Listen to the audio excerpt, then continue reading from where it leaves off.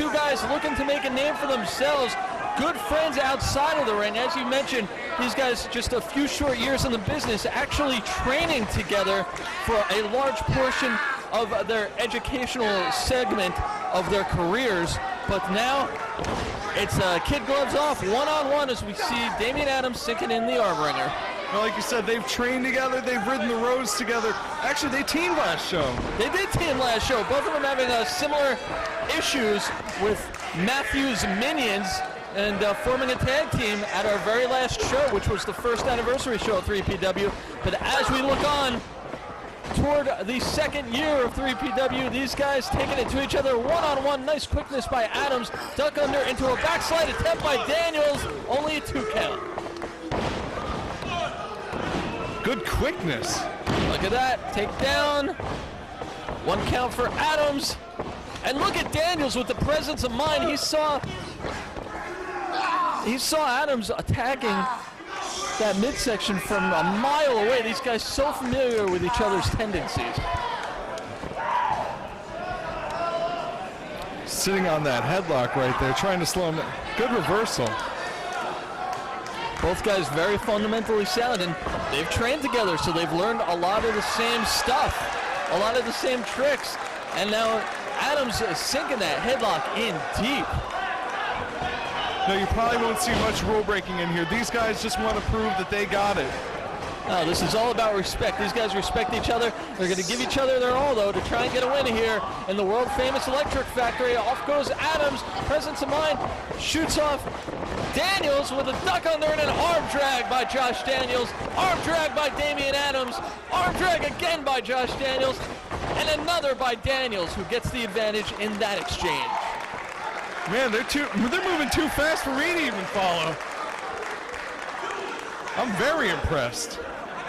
It doesn't take that much to move too fast for you to follow, Mike. Abdullah the Butcher may push the bar.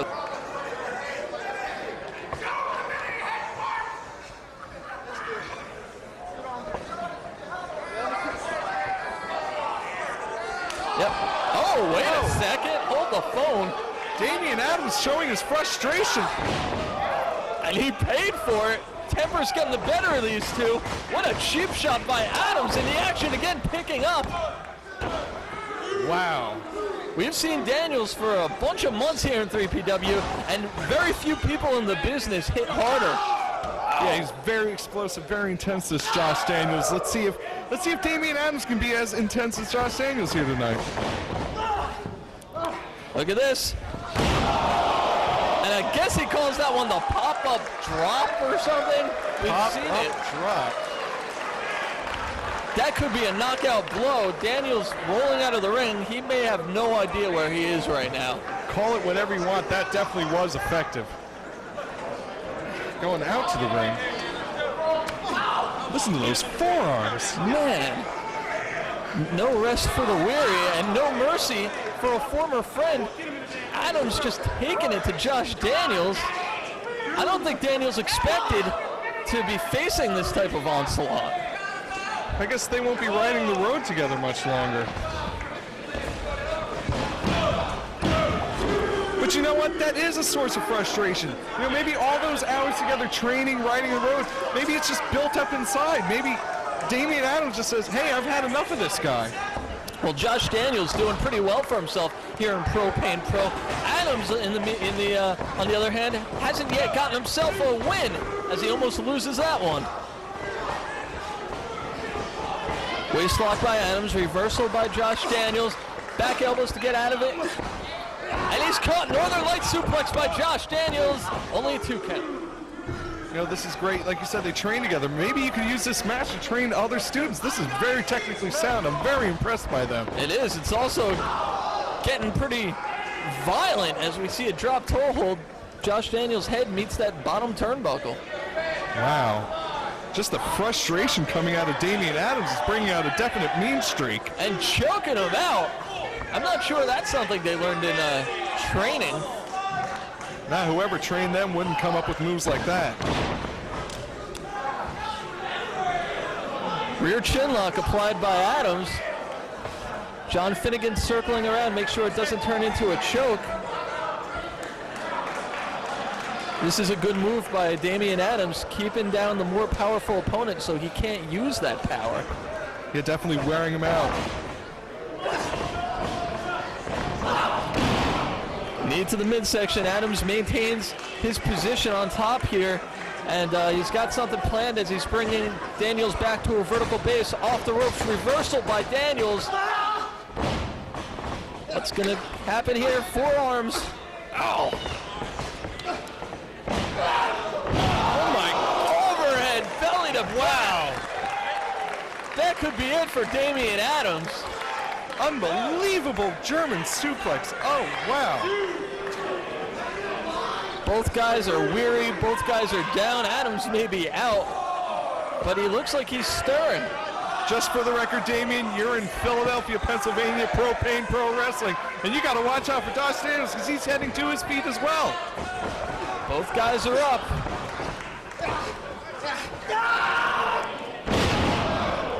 Back suplex, Josh Daniels. Again with the 2. Nice snap suplex. And that's Josh Daniels' advantage. He's very explosive with his moves. You don't know when it's coming. You don't know how quickly he's going to get you over. Nice presence of mind by Damian Adams, who's still in this thing. Boot meets the jaw. Duck under, and a big super kick actually lands in the solar plexus region of Josh Daniels, but that does well enough to put him down. This could be it. No, definitely. He would have liked to have gotten that on the chin, but a kick like that will definitely take the air right out of your lungs. That may be what he was shooting for. Only a 2 count, though, for Adams, who is now very visibly frustrated. And he's getting ready for something. We've just seen the unraveling of Damian Adams here tonight. Pump handle position, float over. Daniels, belly to back with the bridge. And a 2, man. Wow, this is exciting. I thought that was it. That could have ended any match right there. These guys laying into each other, just out to put the hurt on each other and route to victory. Daniels now on top, and Adams shoves the referee into the ropes, which puts Daniels down onto the top rope. Not a pretty landing for him. He's a sitting duck right now. Looks like a Hurricane run off the top. No, sit out powerbomb all the way from the top rope. That's gotta do it. That's it. Unbelievable move. Oh my God, that was a great super bomb to end this. I'm very impressed by Josh Daniels here tonight. Damian Adams showed us something that we hadn't seen before in his short 3BW career. He showed anger, he showed an attitude, maybe an attitude problem, and he impressed us a lot with his performance, but not good enough tonight. Josh Daniels comes away with a hard-fought victory.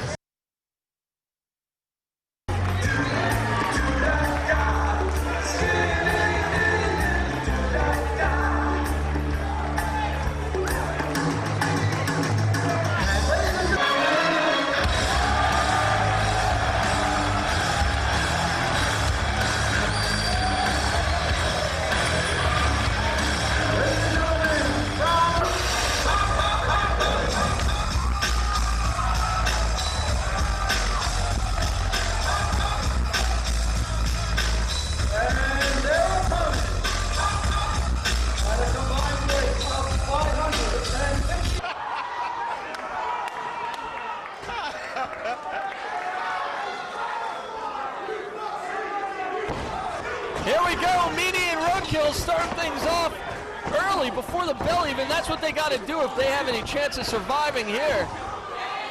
No, don't get me wrong. Blue Meanie loves to have fun.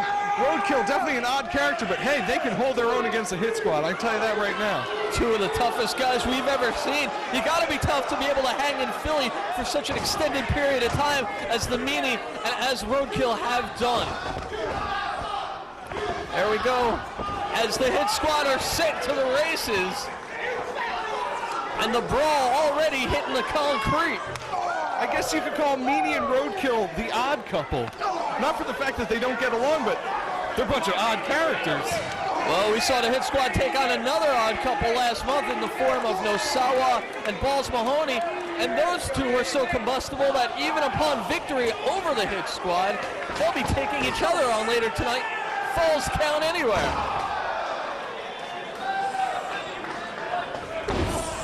Meanie in the ring along with Now who is that? Is that Monsta Mack? That's Mafia, I think. Okay. Roadkill spitting water.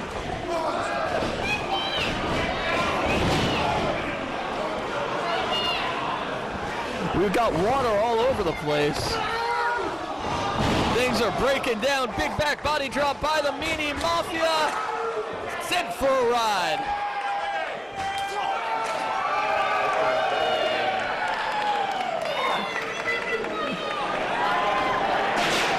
And the Meanie dance.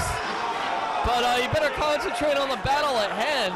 There's not really much room for dancing when you're taking on the Hit Squad.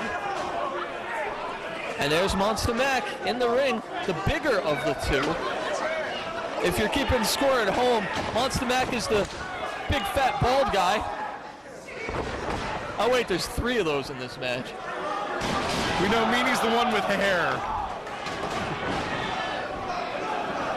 To the outside, crushing Meanie against the steel. Roadkill just made him Roadkill. I'm having deja vu. I'm having flashbacks from last month with the Hit Squad's match. The action all over the place. It's hard to keep track. Got a face-off shoving contest in the ring. The bigger men of both teams now in the ring. Side headlock. The closest thing to a technical wrestling maneuver we may see this entire match. Nobody moves. And you got to be quite big to be the bigger man of either team. Absolutely. Again, neither guy giving an inch. Roadkill will not give. Duck under. Look at that. That familiar chant. Roadkill loves it. Giving a demonstration, apparently. But I wouldn't call him a sheep. You might watch out. Looks like Roadkill is going to make Monsta Mack his Saturday night date, but no can do. Power slam by Monsta Mack.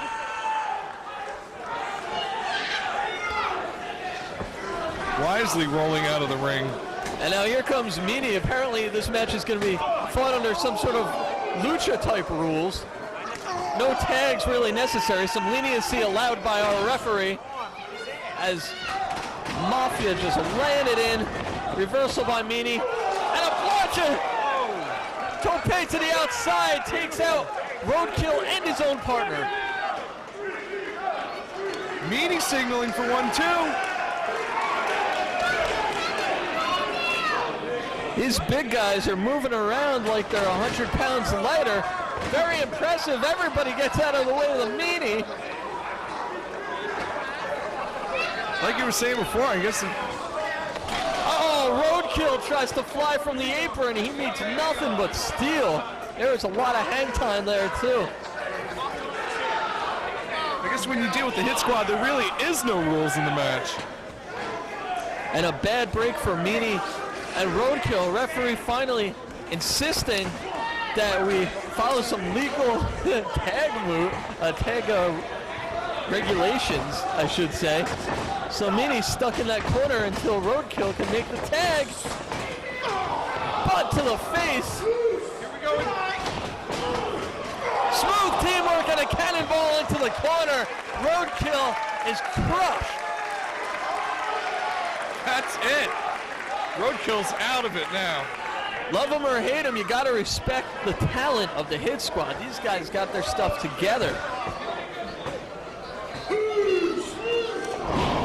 And a headbutt dropped way down in the nether regions, as they say. Only a 2 count.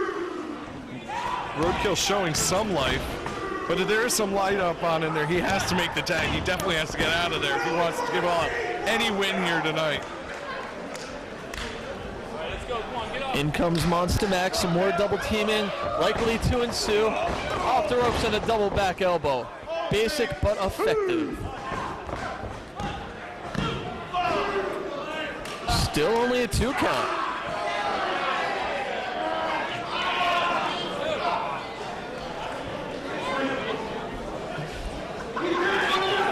And Monsta Mack complaining that his nipple was pinched. You don't hear that too often. I wouldn't pinch a guy like Monsta Mack in the nipple. Actually, I wouldn't pinch him at all.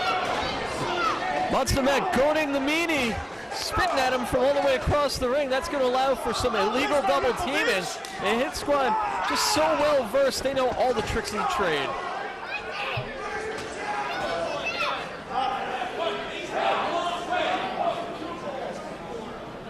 Legal tag. Look at Roadkill trying to fight his way out of the corner. He's more than halfway toward his partner, but I'm not sure he knows where he is as he's getting chopped to hell right now. Easily cut off by Mafia. And a low blow right in front of the referee, but leeway given. This is a violent affair. We knew it from the start once we saw who was involved. What happened to the Meanie? Meanie got out of here as he should have. He did not belong anywhere near a match of this magnitude and of this violent potential. Tell me you wouldn't like it to see Meanie get, well, hit by the Hit Squad. That would have been kind of cool. I'd like to see him take a burning hammer. Roadkill out of the way. Reverse neck breaker. Great presence of mind by the Amish warrior. Meanie getting the crowd into this. Roadkill has to makes the tag. He does it. And Blue Meanie cleaning house on both members of the Hit Squad. Rights for each one. Finally, Mafia raking the ice to stop that onslaught. Off the ropes, duck under, and a clothesline for both men. Sit-out style by the Meanie. Taking care of business, but how long can he keep this up? Double headbutt, not a good move to ram the rock-hard skulls of the Hit Squad together. Drop down, senton. Unbelievable. Oh, man.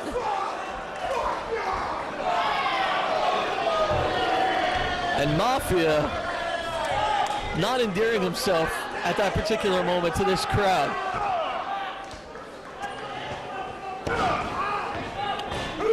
Headbutt to the short rib area, again by Monsta Mack. Yeah, if you were looking at this match from a blimp or a helicopter, it would be really easy to pick out the Meanie and really hard to tell the other three apart.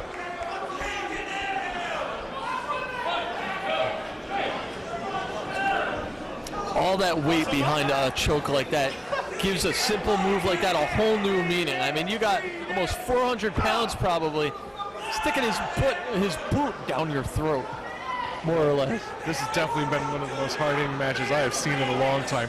All four men are definitely going to be hurting tomorrow. Sunset flip by Meanie. He's still got some life, but he's only got a 2 count. Do you think they reinforced the ring for this match? I hope they did. Only a 2 count after that, pardon the pun, monstrous clothesline by Monsta Mack. We could say how much these guys are so big and so strong, but you know, they're moving around kind of like we saw Daniels and Adams before. Yeah, I mean, they're keeping up an incredible pace. And the big elbow after flipping off the crowd. I think the Hit Squad are starting to realize that no matter what they do, they're not going to be able to win the crowd support against the team of Roadkill and Meanie, who are hometown favorites of sorts. No, virtual Philadelphia legends as Meanie hits a beautiful DDT.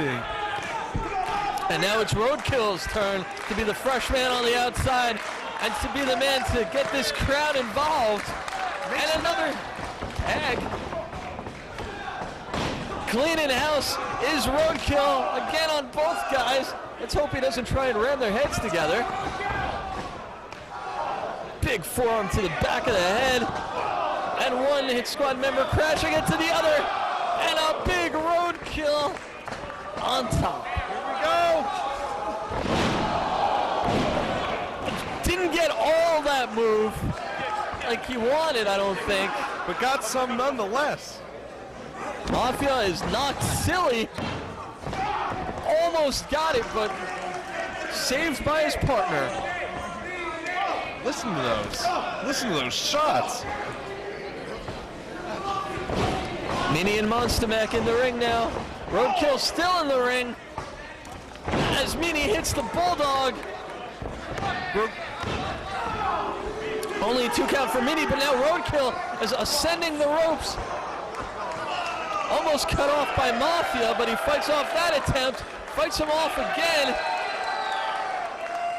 What's he going for? All the way to the top. And finally tripped up by Mafia, who just wouldn't go away. Desperation on the part of the Hit Squad. That could have been it. Meanie's still in the ring. You better look behind him as he catches a big boot from Monsta Mack. Overhead belly to back with a clothesline combo by the Hit Squad. Meanie's laid out, Mike. Going for him. Figure 4. Vintage Hit Squad. Hit Squad. Monsta Mack to the top. There's nowhere for Meanie to go. He's a laying duck in that one. Wow. Awesome win for the Hit Squad here tonight. Great hard-fought victory.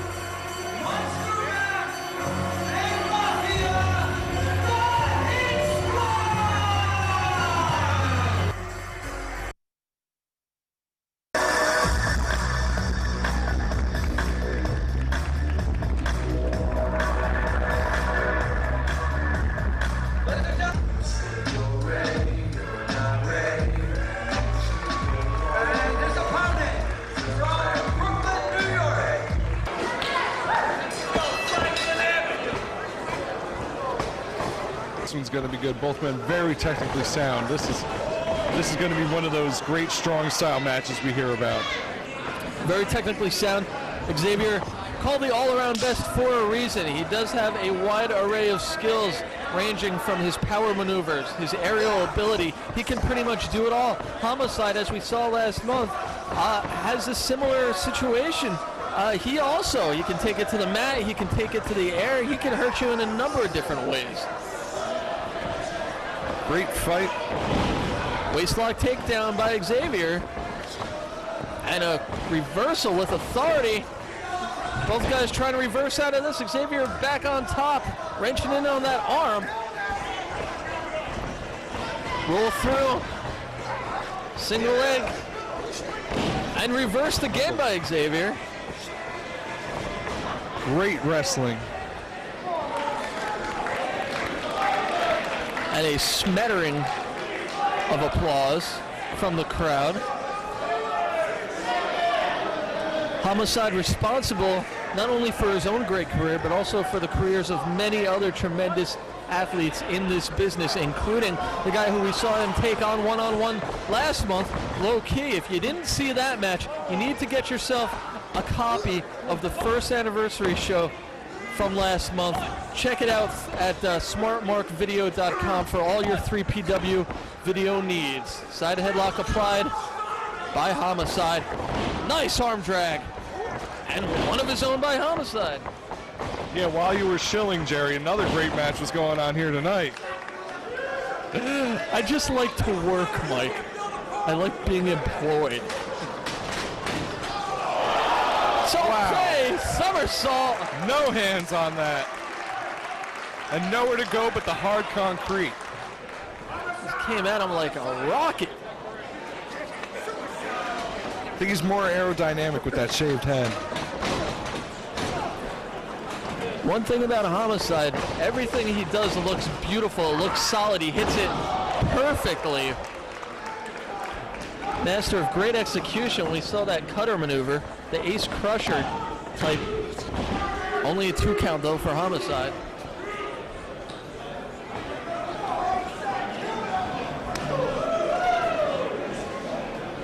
Whips to the corner. Wow. Running Yakuza to the jaw. And Homicide clearing the way. The big knee to the head. Jeez. Just knocks Xavier silly. Full throttle. Again, only a 2 count.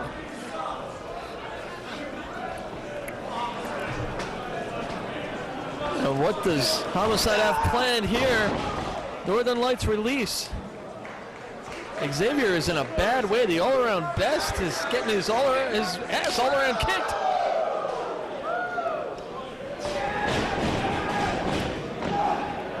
Xavier with a quick head scissors, creating an opening for himself.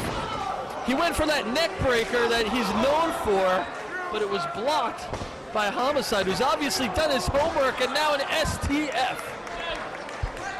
Let's see how much of this punishment Xavier can take. Homicide doing a great job of keeping Xavier grounded.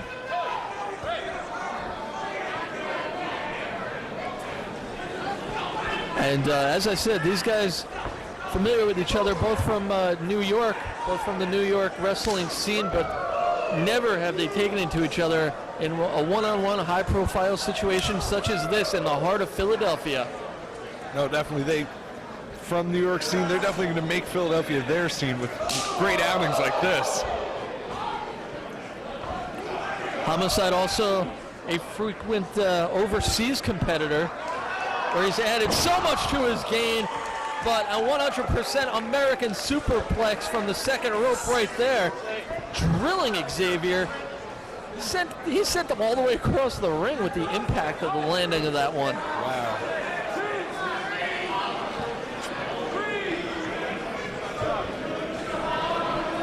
Homicide first to his feet. Hard slam. And you can see Homicide experiencing a great deal of pain in that lower back. That's going to haunt him, at the very least, for the rest of this match. Something he's going to have to really be concerned with. Ooh, and a kick, straight kick to the pectorals. Hard chops, hard knife edge. Whoa! Xavier's had enough. He's firing back.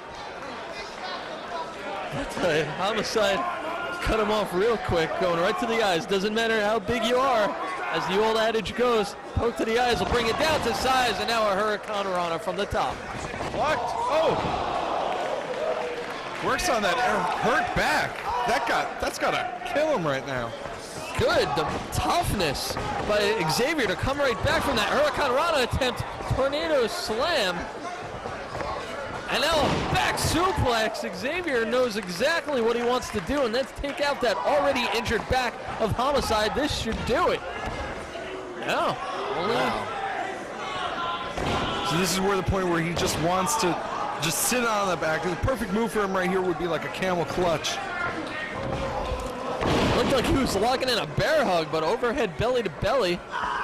That'll be just as effective. Pounding away.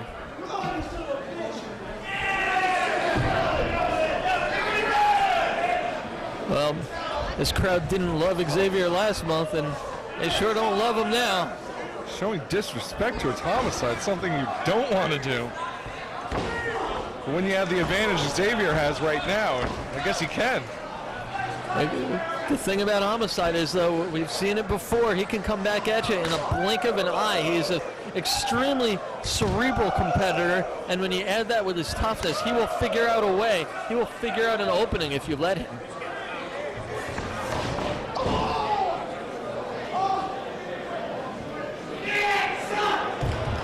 And all the punishment, all the offensive Xavier right now focused in one area. And look at Homicide getting out of the way. Sunset flip into the ring. Roll through by Xavier. Boston Crab attempt, but a roll through, nice counter. And again, he's going for it. Again, Homicide trying to counter. He gets an elbow drop to the back. That is not going to tickle.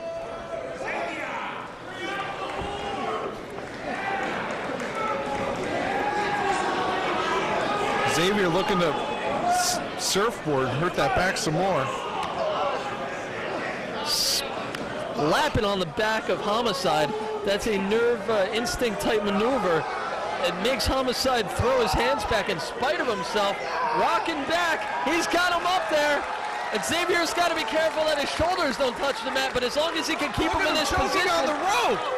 Oh man, double the damage. Pulls him back. Now he's got him in a dragon sleeper. bending him the wrong way. Well, very much the wrong way.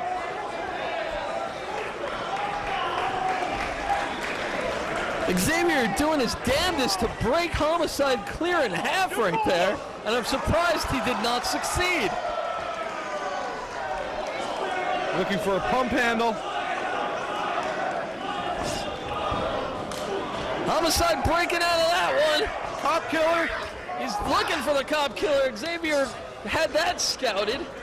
Rolling through, dropping the knees into the back. Wasn't the exact area of the back that had been worked on throughout the match. That was more toward the lower area, but a great deal of damage so far, and now the entire back of Homicide in grave danger. There's that camel clutch I said he should. Very smart moves by Xavier right here.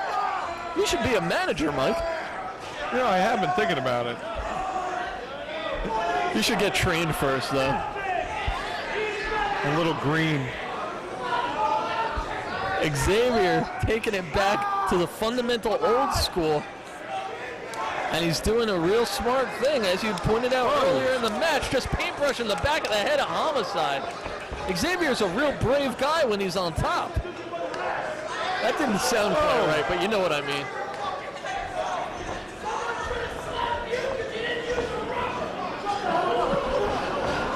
Low blow by Homicide as Xavier was distracted by an unruly fan and a boot to the face of Xavier. And this battle has just reached the concrete again.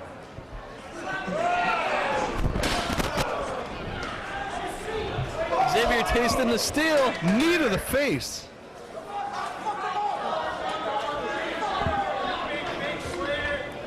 And this is one area where I believe Homicide excels, as we see that chair right to the back of Xavier. An eye for an eye, a back for a back. After this match, both men are going to head over to the chiropractor. Again, tasting the steel. As I said before, Homicide, I believe, a lot more well-versed in street fighting. This is his domain outside the ring as Xavier gets that chair right to the face.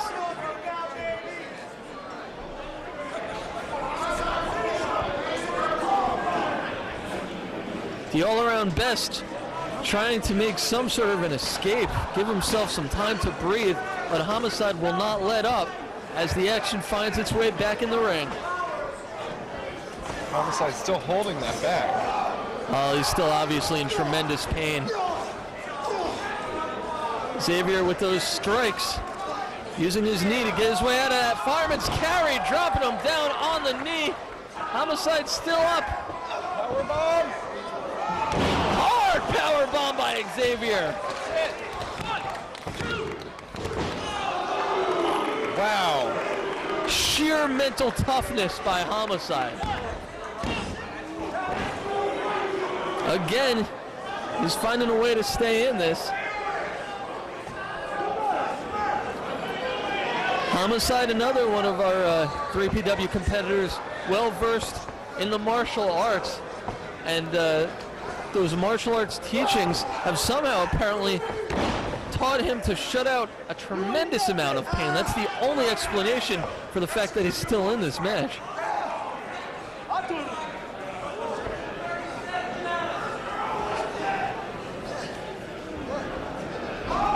Both guys having mobility problems due to the tremendous amount of abuse their backs have taken. Homicide catching Xavier with the boot to the face. That's 2 in a row. Going to the top. Tornado DDT. Wow. Out of nowhere. Tremendous explosion. Homicide stomping on Xavier's face on his way to climbing to the heavens. Double stomp. Oh! That's it. Oh my. And Xavier sticking in this one. Looks like Homicide has a little bit of bleeding coming from his mouth. Whoa! Stiff clothesline only gets a 2 count. I mean, they're going to have to check both these guys after this match. The abuse they've taken, internal injuries. I mean, that double stomp to the ribs and the chest of Xavier, that could have done all kinds of damage. He's sticking with it, though. Whoa! As he drops Homicide right on his head, he's calling for the end. He's going for the top. This could be his patented 450. He hits it. Beautiful, beautiful maneuver. And Homicide gets his foot on the rope at the last second. Wow, that was just a spectacular maneuver. Right in front of us, too, Jerry. That was awesome. A Kodak moment. And this match is going to continue. Small package out of nowhere by Homicide. Only a 2. How does he do it? Big clothesline by Xavier, obviously in tremendous physical condition, but this goes beyond that. I mean, these guys are past the point of exhaustion, past the point of physical abuse that your body should be able to take. Duck under by Homicide. The action will quicken. Running forearm. Here it is. Cop killer on his head. Sayonara all around best. That's it.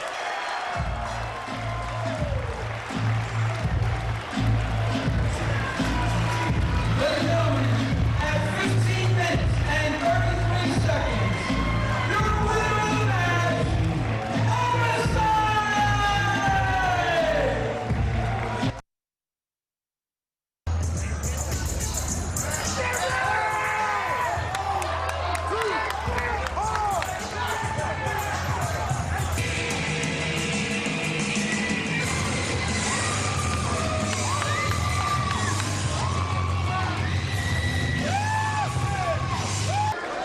These people are happy to see Kid Kash back home in Philly. The bell has rung. We're about to get ready for this truly main event level match.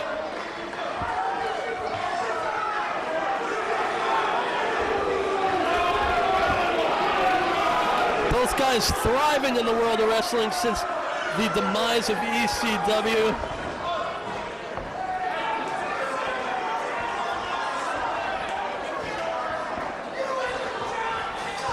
But this ain't Nashville, this is Philadelphia, the wrestling capital of the world. These guys about to get it on Philly style. And a collar and elbow, start things off. A body slam with authority by the Truth. Killings with a height advantage, a power advantage.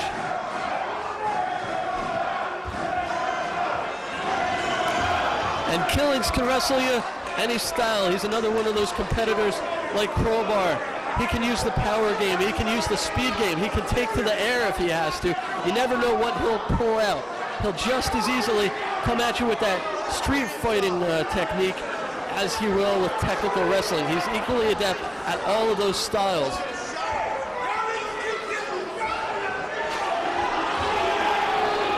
Kid Kash, one of the quickest, most dynamic, offensive competitors that we've ever seen in the sport of wrestling, bar none, as the Truth fires off with a boot to the midsection and a right hand.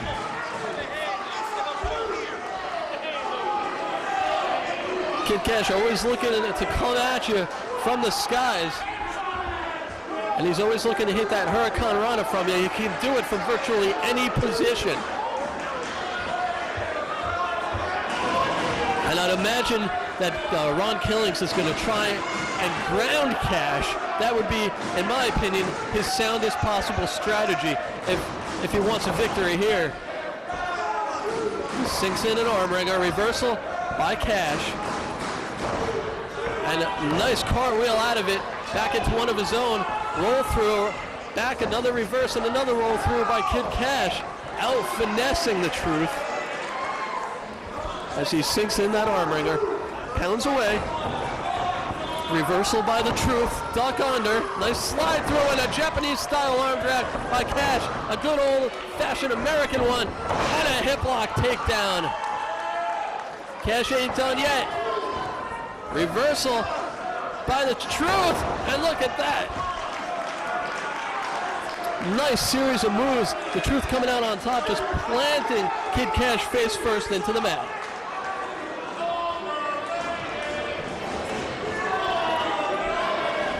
Now Killings fired off with a right straight to the temple.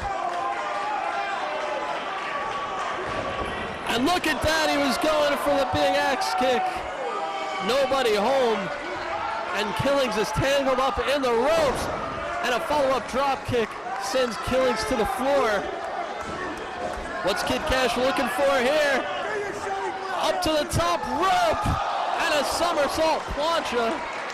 A standing senton, if you will. Caught enough of it. Both guys are now down.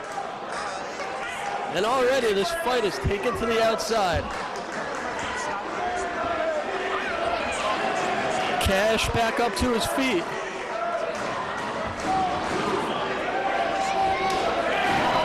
And a reverse knife edge. Kash, no stranger to quote-unquote extreme action, as you fans well know. And they're taking it down the aisleway. The ring apparently is not going to be nearly big enough to hold this battle. And the referee going to allow all the leniency that these guys want for this special attraction main event match. And they're fighting up toward the stage area. I don't know how I feel about this personally. They're up on the first level. Killings climbing the ladder. Money in hot pursuit. And now they're on our level. And Kash from behind ramming the Truth, his knee right into that unforgiving wood that makes up our stage. Doing it again. Kash working on that leg. They're just about 10 feet from us now.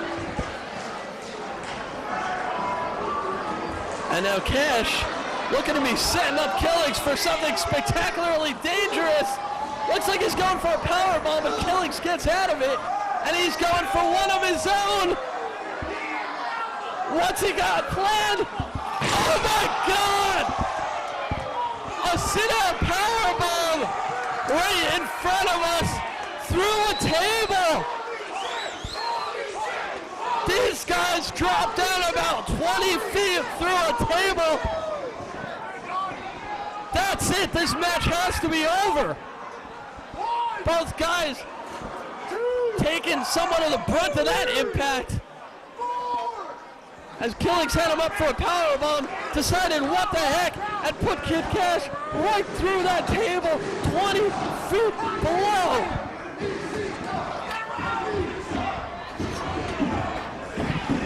Killings miraculously somehow getting to his feet.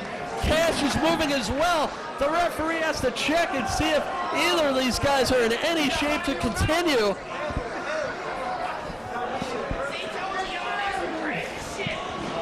And now Killings seems to have regained his bearings, but Kash, I don't know.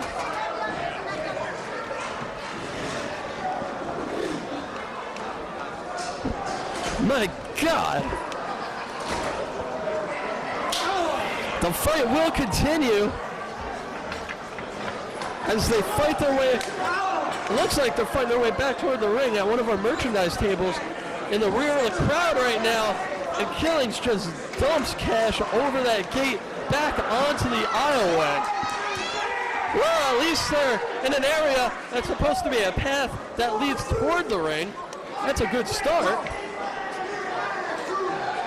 And Kash fighting back, a chair right to the head of Killings. I have no idea how Kid Kash is finding the strength to fight back after being put through that table.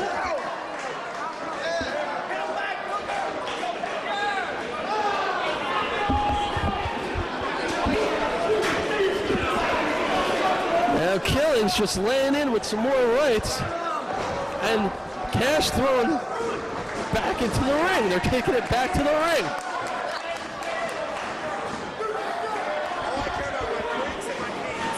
Killing's taking some time, but the extremely resilient Kash takes an opportunity with a nice baseball slide style drop kick, dropping it right on the shoulder.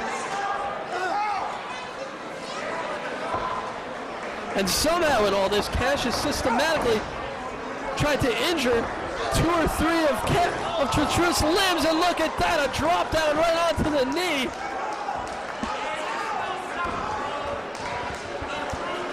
That might have been right on the head or the back of the neck, I'm not sure. Kash, 2.5 count.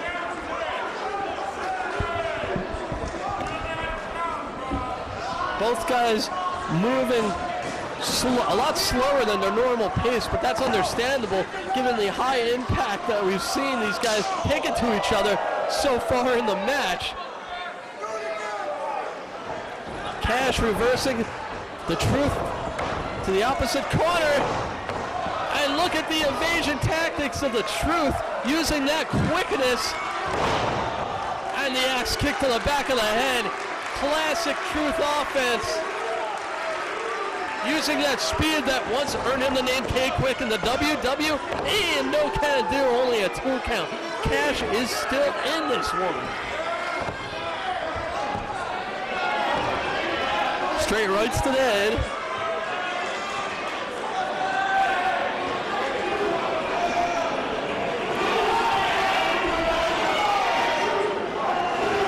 And a straight choke, foot right to the throat by the Truth, just slowly trying to get rid of whatever wind that Kid Kash may have left.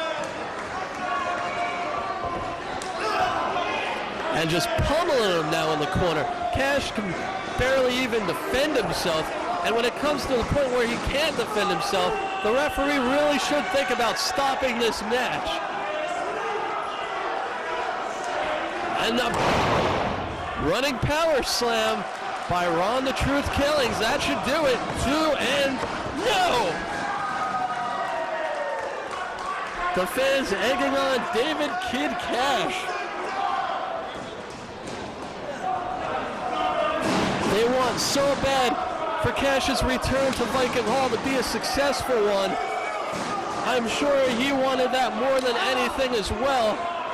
It may not be in the cards for him tonight, though. Reversal. Look at that! Kash jumping to that second rope. And look at that! A whisper in the wind type maneuver by Kid Kash. And a nice flying clothesline. Kash has come alive. And look at that, spinning DDT all the way around the world, and only a 2 count.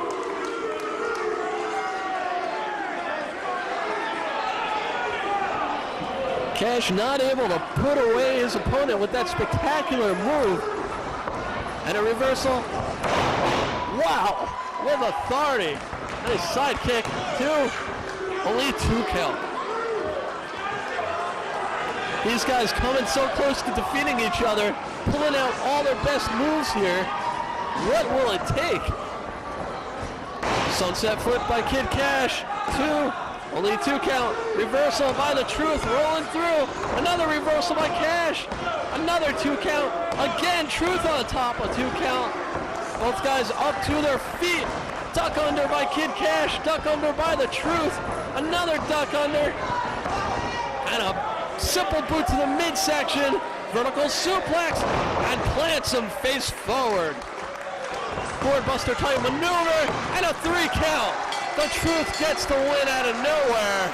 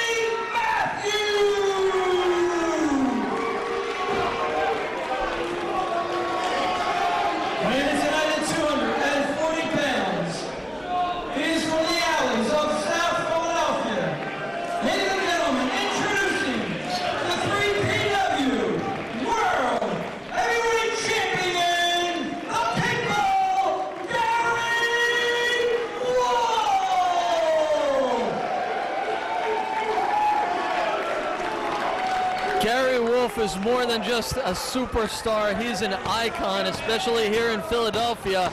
He represents 3PW better than anybody else I can think of, and he has been dominant as a two-time 3PW heavyweight champion. Yeah, definitely two-time, and right, the initial 3PW champion, by the way. Absolutely, the first and current.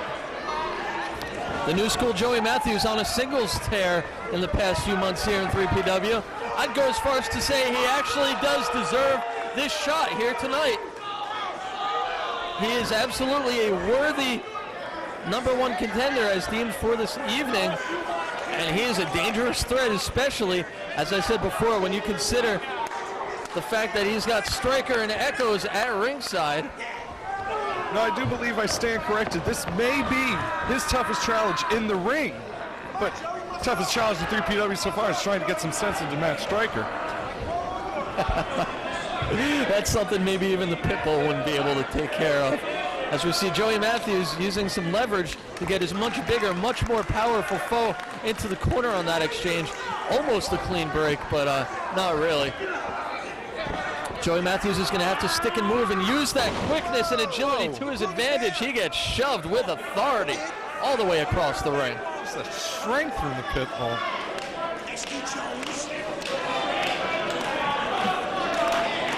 It's only a 35-pound weight advantage Pitbull has over Joey Matthews here, but that weight is all muscle. And you saw the Pitbull trying to psych himself up, clapping his hands together. That moron Striker took it as a cue to clap himself. Again, Matthews gets sent flying backwards.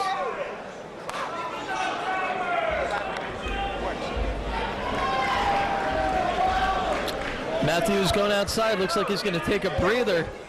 And he's doing push-ups. Warming up. Maybe he wants to strengthen up to get in there with the Pitbull. I think it may be a little bit too late for that, Joey. Might have, thought of that a couple weeks ago. Who am I to say? Just a commentator. Getting a jump rope. Those weight bands, I suppose.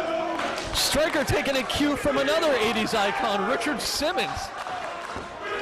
Trying to lead an aerobics class here.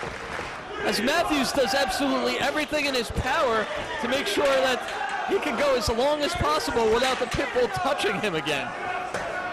And you couldn't prevent that steel chair from touching him. Maybe he shouldn't have thrown the chairs in there. The Pitbull's not going to wait. He doesn't get paid by the hour. He's taking it to Matthews on the outside, but he better watch out because Matthews has two guys on the outside ready to attack at any moment. I mean, yeah, one of them's a gimp, the other one's an idiot. It's still.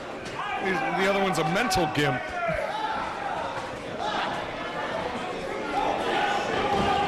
Now the Pitbull throwing another chair in. Oh. I guess this is no disqualification. Off the ropes. Dropped hold into the chair. Vintage offense made famous by Raven, who we saw here last month at our anniversary show. We saw Raven and Xavier in a three-way both go down in their challenges to the Pitbull for that title. Again, if you want to check out that incredible first-year anniversary show, check out smartmarkvideo.com for all your 3PW video needs. What was that address again, Jerry? 3PW Wrestling, I'm sorry, smartmarkvideo.com. 3PWWrestling.com for your 3PW information needs, as Joey Matthews now gaining an opening, sending the Pitbull in a big drop kick, picture perfect to the jaw. Matthews to the top. Hard flying clothesline. Only a 2 count.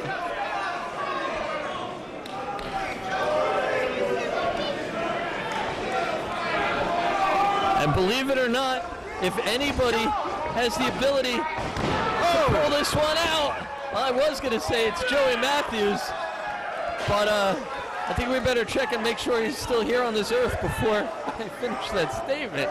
Looks like he's okay. Playing possum was Matthews as he gets a knee to the gut. And here's Matthews' game plan. Get him out to his minions. Get a breather for Matthews here. Stryker getting the opening. He's on the attack, and as we predicted, the Pitbull is going to have to fight off 2, maybe 3 guys if he's going to be victorious here with his title. 2 chairs.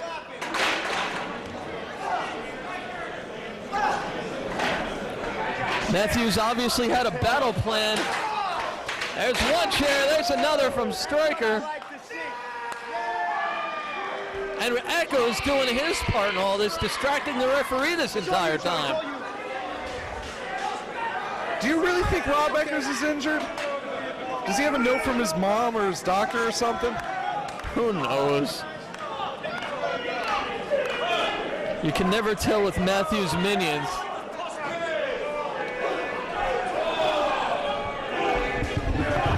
Fighting to the guardrail on the outside. Pitbull with another chair. And again, right to the head. And now it looks like the Pitbull is eyeing that table, the timekeeper table, which is traditionally a thicker, heavier stock than most of the tables around ringside. Or under the ring.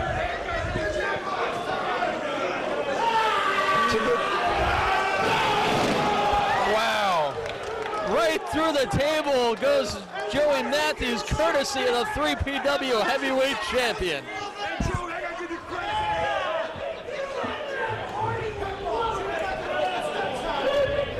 And Matthews' minions may have suffered a serious loss right here because their leader may be down and out. Yeah, they'll just be minions from now on. There's nothing more scary than minions run amok in this life, Mike.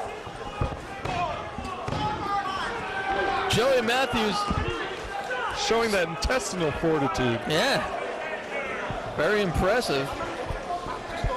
Didn't know he had it in him, that's for sure, but he's sticking with this. This is his biggest opportunity in 3PW to date, and I'm sure he's out to win one, not just for himself, but for his minions. Showing a good example by becoming 3PW heavyweight champion. And look at him.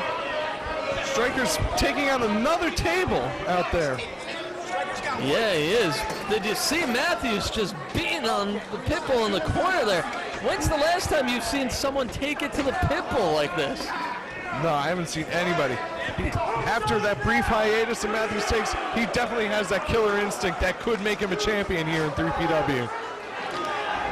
The fire has been lit inside the belly of the new school, but I think it may be about to be extinguished. The Pitbull firing back. Big forearm right to the face. Hey, Joey. And a charge nowhere for Matthews to go but down. Stryker distracting the Pitbull for just a brief moment. What is that goof doing? Big vertical suplex. Stryker on the outside. He's threatening the referee with his whack-ass iron claw. I guess that's the only way I could describe that. Pitbull doesn't notice. Now he notices. Stryker letting out a girly scream, but he is distracting the Pitbull in a low blow by Joey Matthews. Now, these minions doing their job here today. Echoes again distracting the ref. How did he get up on the apron with a bum ankle? He's faking it. Something's rotten in Denmark. Miscue, Stryker goes through the table. Echoes goes to the cement. Roll up by the Pitbull.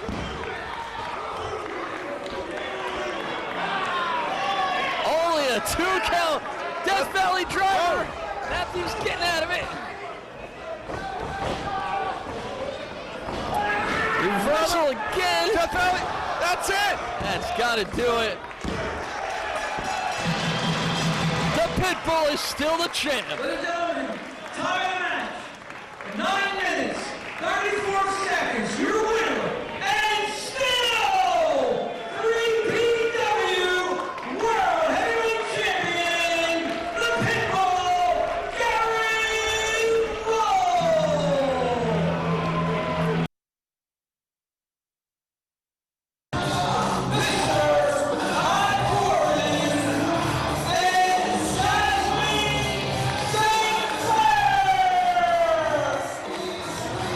Well, the preliminaries are in full effect for our Miss 3PW contest.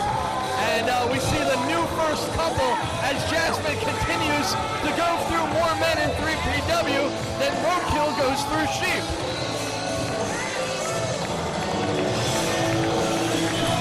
Did I hear that correctly? The walking erection? I'm not going to check. Yeah. I thought all the dirty old men in 3PW were out in the crowd. Besides Rockin' Rebel, but now we have another. Jasmine looking as only she can look, which is incredible. Well, we saw recently in 3PW, Jasmine and Todd Gordon form an alliance that we just did not expect as they turn against Missy Hyatt in shocking fashion. Who's your dad? You're my dad. This is just creepy. Let me ask you a question. What did Missy Hyatt say after the match here last month? I don't know. What did you say? She didn't say anything. She was cautious.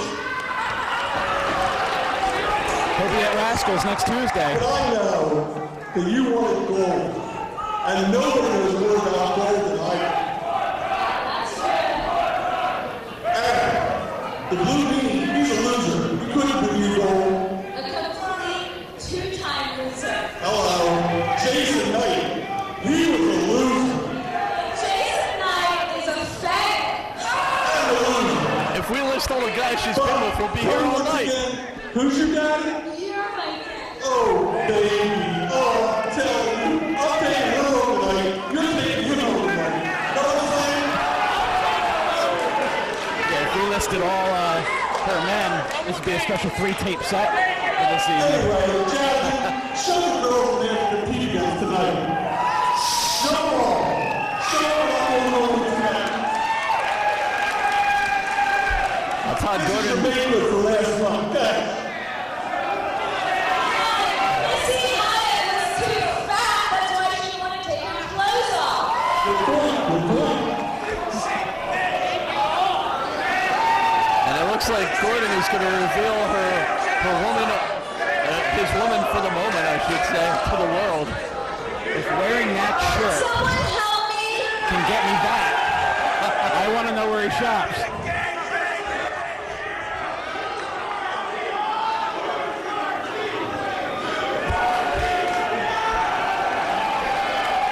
And there you have it.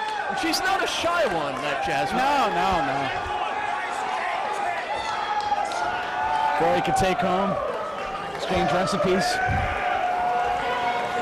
Kind of Jasmine, recipes, you know. I don't even want to know what you're talking about, you sick freak.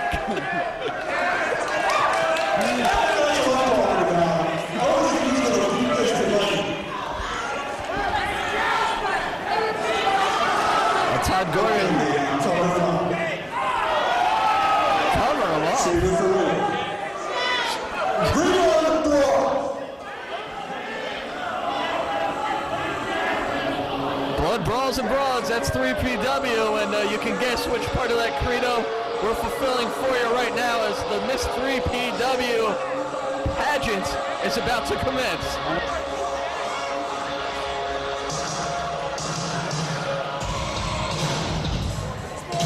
I just hope Nicole Bass isn't coming back here this evening. You're making me lose my lunch.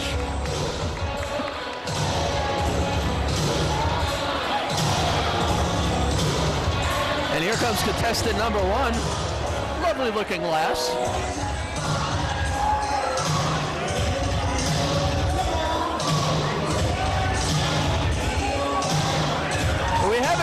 appraised of how this contest is going to work. I mean, it's obvious Jasmine is one of the contestants, thanks to her new bow. And it looks like Todd's going to be the judge, I guess, of this competition. Well, that seems a little biased, don't you think? It would appear to be.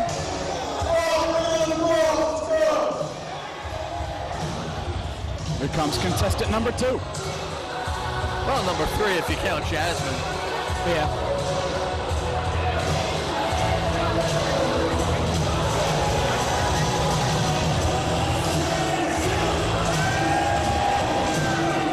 PW always promises the best babes in wrestling, and they always deliver, as you're seeing the ring fill up.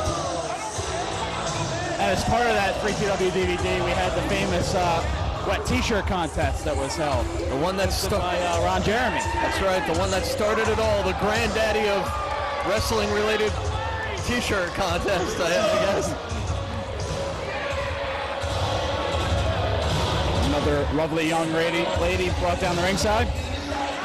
And if I recall, this young lady is Cyber Chick, or at least she's definitely one of the contestants from our second annual wet t-shirt contest. Not that I pay attention to these things, I just, you know, happen to remember her shoes.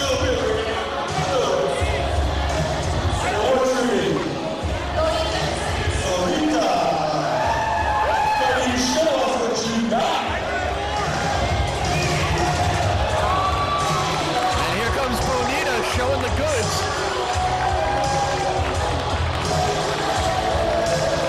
Does she have the goods? The crowd seems to think so.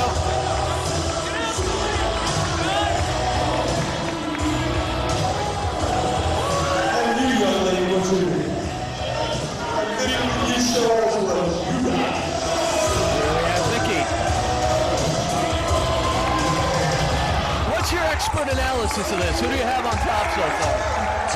Well, it's still Jasmine as far as I'm concerned.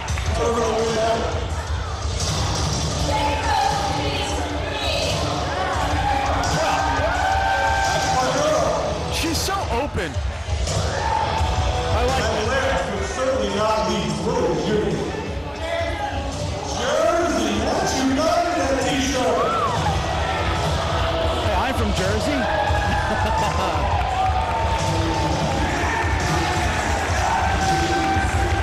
Well, Jersey doing the Garden State crowd.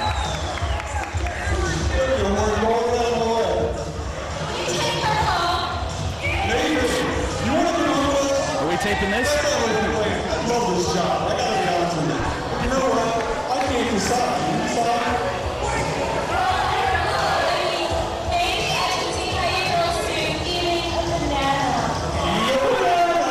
What? Okay. All right. This is what you call life skills right here. This is important stuff.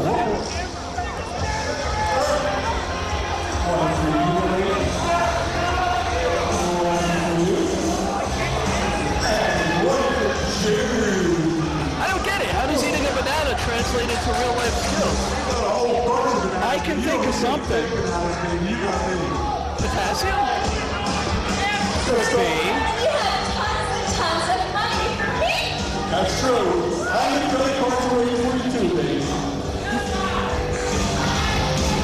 Of course, they're all overdrawn, but that's besides the point.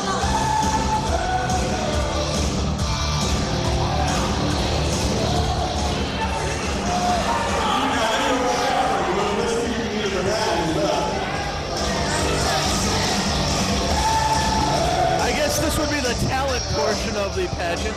Okay. I don't think these guys want to see me eat a banana, do they?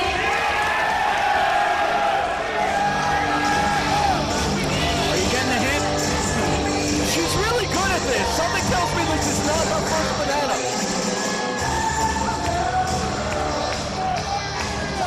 So that's what I was talking about.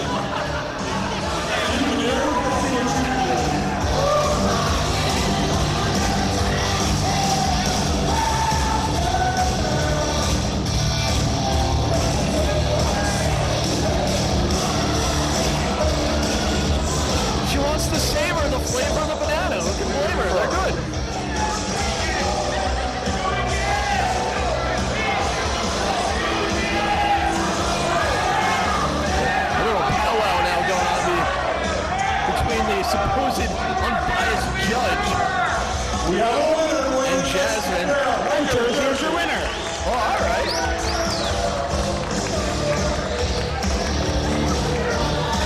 Wait a second.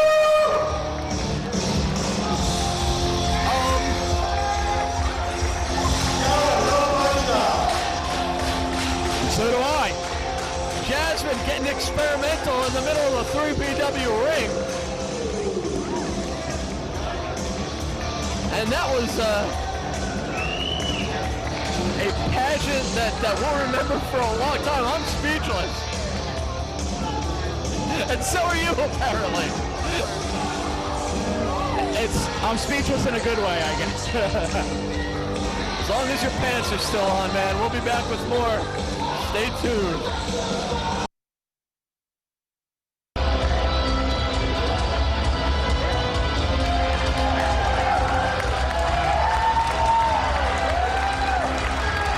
Ladies and gentlemen.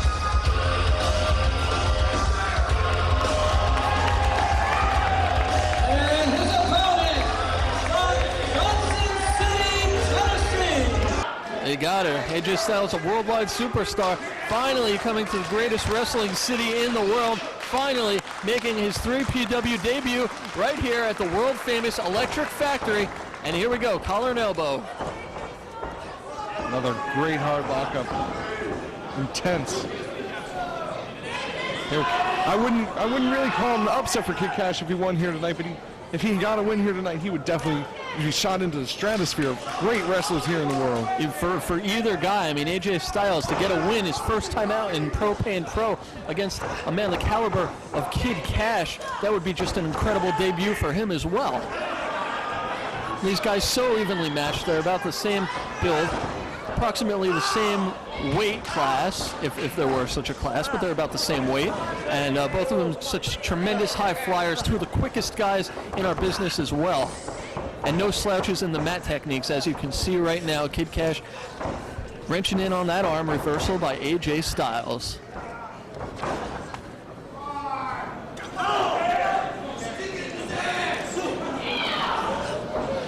Short elbow by Kash. And now, once again, twisting that arm, and a nice series of maneuvers by Styles to get on top of that situation. Here comes Kash, and a deep arm drag. Retaliation by Styles, another collar and elbow, and these guys are fired up. Listen to that show of respect for these two competitors.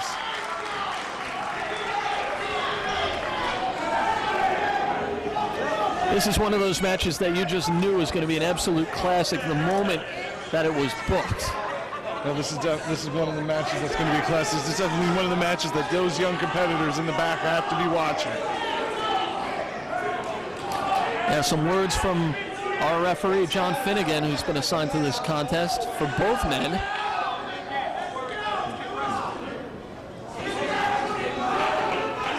And here we go again. Kash and Styles circling each other. Prototypical feeling out process as both guys very slow to open up their big time offense. Nice waistlock takedown by Kid Kash. Styles trying to spin out of it. He's near the ropes, but he's not going for him yet. He's looking for a reversal, and he's got it. Now here comes Kash again, taking control of that left arm. Styles back on his feet. Some hard elbows to the head of Kash, and a hip lock takedown. Kash kicks him down, duck under by Kash, and a hard clothesline. Great clothesline. Great counter maneuver by Kid Kash. Oh, speaking of great counter maneuvers. Such body control by Styles, he was able to kip up from a horizontal position and catch Kash in a head scissors, who's totally out of his game now. Outside, Styles fakes a plancha. Oh, he went for the outside moonsault, nobody home, and Kash simply just rams him into that apron, and all of a sudden AJ Styles is in big time trouble. Kid Kash clearing a pathway.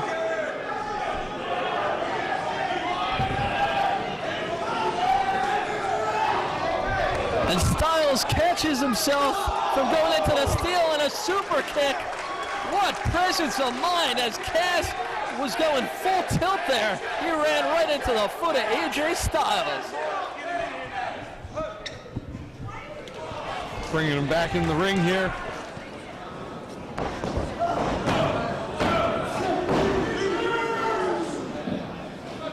Only a 2. If he had connected with that kick on the inside, I mean, that would have been, wow, another beautiful kick. You're never going to see a more perfect drop kick than that.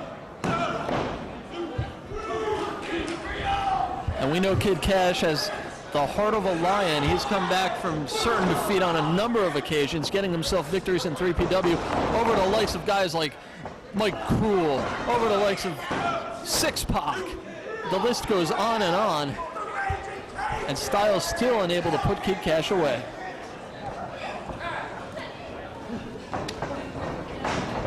Reversal by Kash. He's looking for the Hurricane Rana. Styles, he's countering. If he hits it, it's over.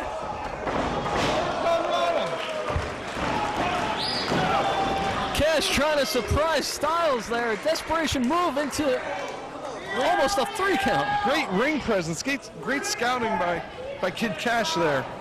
He felt himself being set up for that Styles clash. And 99 out of 100 times when you're hit with that maneuver, you're done.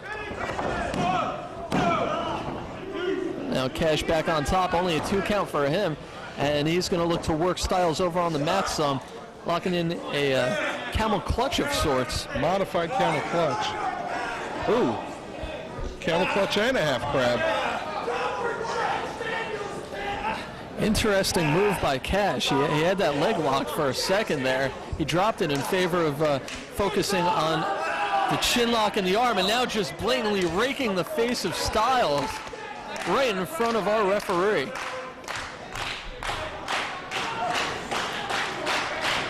These fans making some noise. A lot of AJ Styles supporters in the crowd tonight.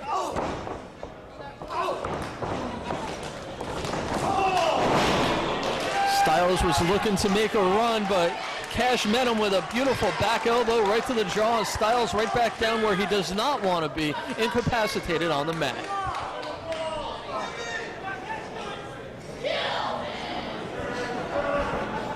Snap there by Kid Kash once again, looking to slow down AJ Styles, who has been nothing short of phenomenal in this contest thus far, but he's not looking at this particular moment as he is in a, I guess you would call it a modified stump puller of sorts. Kid Kash getting real creative with those submissions there. No way to scout when you're just making up these moves as you go along. Kid Kash has a mind for wrestling innovation. We've seen it in his high-flying tactics. We've seen it in his groundwork. He's always coming up with something new that we've never seen before.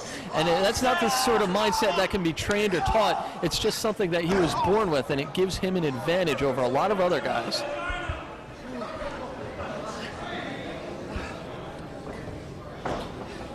Kash bringing Styles back to his feet, sending him off. Duck under by Styles, but he's caught with a boot to the gut. Fisherman suplex position. Reversal by Styles. Oh, beautiful neck breaker. From the vertical suplex position, letting him down just long enough to hit him with an undefended neck breaker and 2 3/4 for AJ Styles. No, I don't believe that's going to be enough to put away Kid Kash here tonight. He's going to have to end with like 2 or 3 Styles clashes. This is a victory that Kid Kash wants here tonight. And we mentioned Kid Kash's ability to innovate, but let's not discount the ability of AJ Styles to come up with something new. Oh, that's a good old-fashioned brain buster, and that might be a knockout blow for the phenomenal one. Ah, so close, but Kash somehow managing to come alive at the very, very, very last second.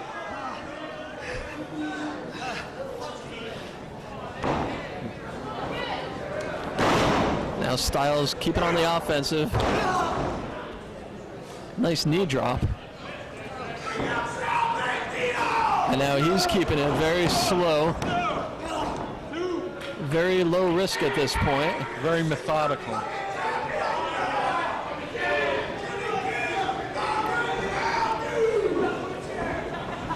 And now Styles brings Kash to his feet. Kash catching himself, perches himself on that second rope. Roll through by Styles. He gets caught with the sit-out clothesline from the heavens. That's it. Both men are out.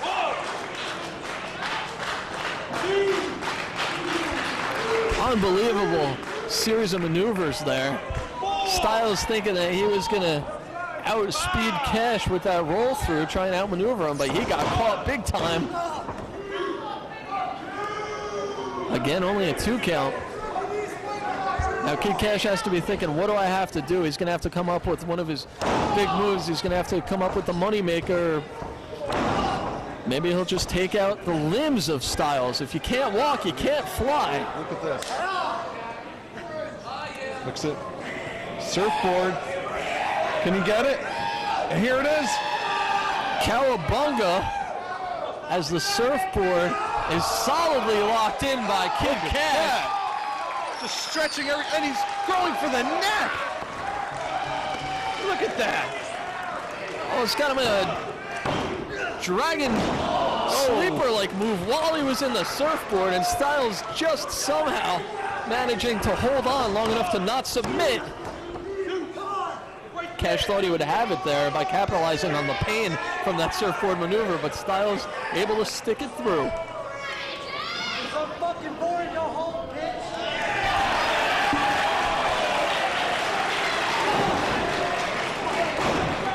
Kash taking his mind off business for just a second too long.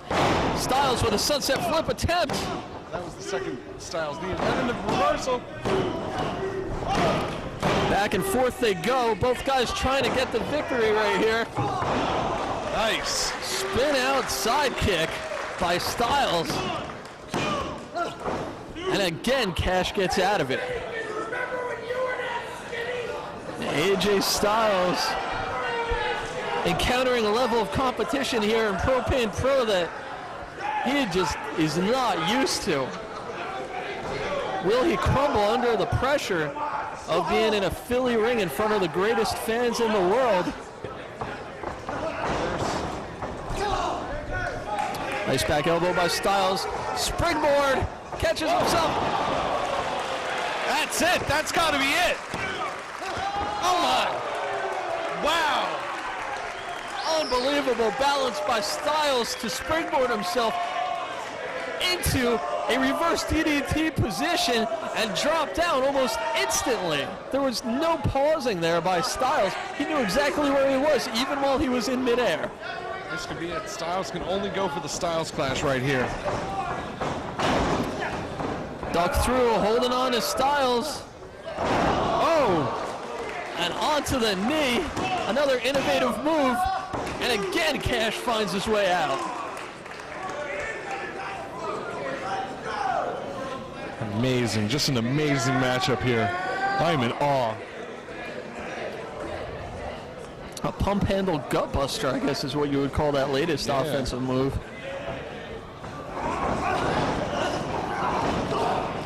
Kash using his quickness again. Now he's going to try and springboard himself. Standing moonsault from the top. And this time Styles just manages to get out of that pinning predicament. Kid Kash showing his frustration.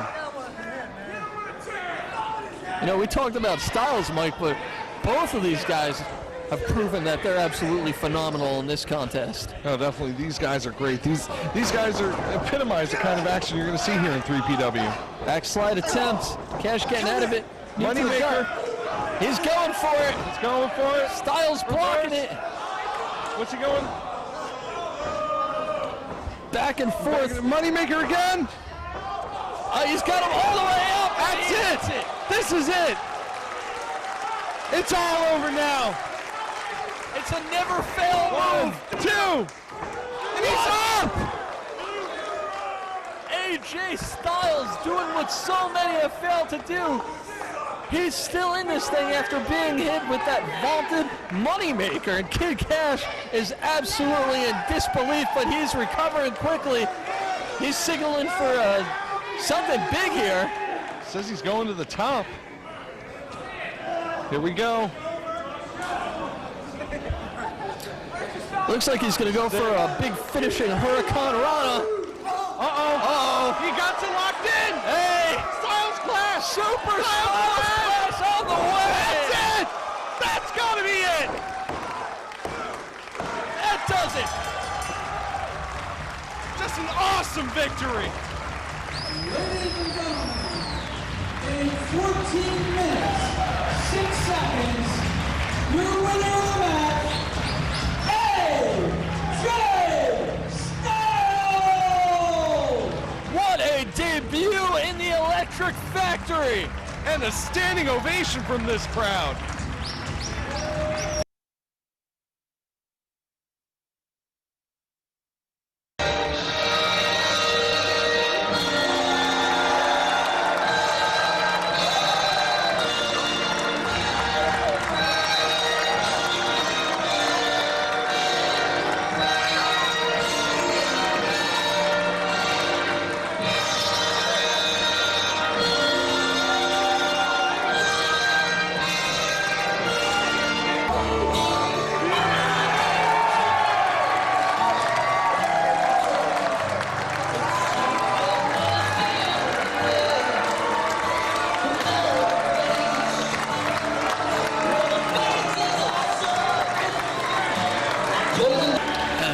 To be in an ornery mood, grabbing the microphone. You people out here. Wait a second. Holler for Jerry Lawler. What do you like, the WWE? Piss on the WWE. I hate the WWE. I hate Dixon. Do they all like Hulk Hogan? Hell no. Jerry Lawler, I hate you ever since I wrestled you in that empty arena match. What I want you people to do is all head out the front door. Leave the damn arena. Go ahead and leave now. Leave me here with Lawler. I want to kick your ass, Lawler. By myself, let's have a repeat of that match. I never liked the last outcome.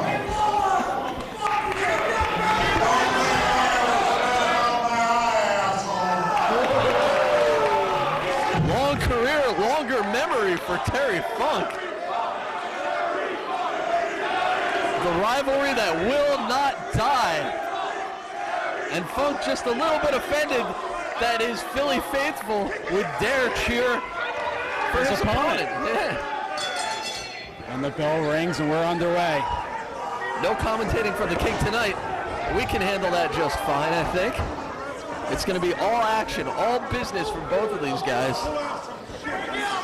Fans did not take the advice of Terry and leave. They want to stick around. They want to watch these two legends in action. Oh, they wouldn't miss this for the world. This is truly a happening, and I wouldn't miss this for it. me neither.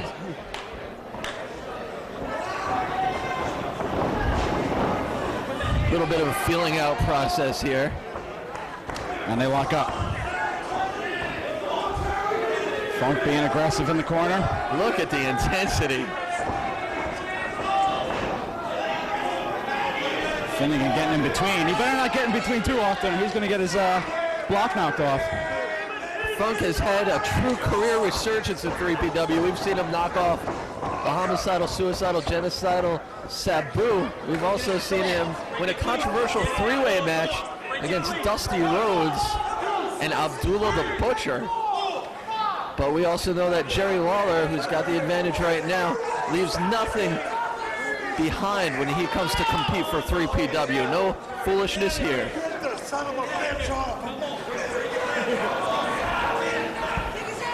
Lawler just giving him an elbow in the ropes here.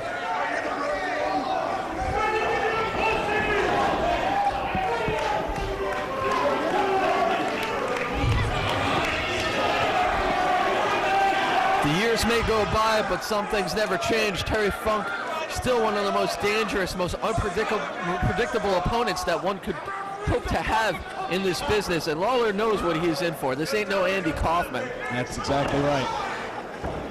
They lock up in the center of the ring. drag takedown by Terry Funk.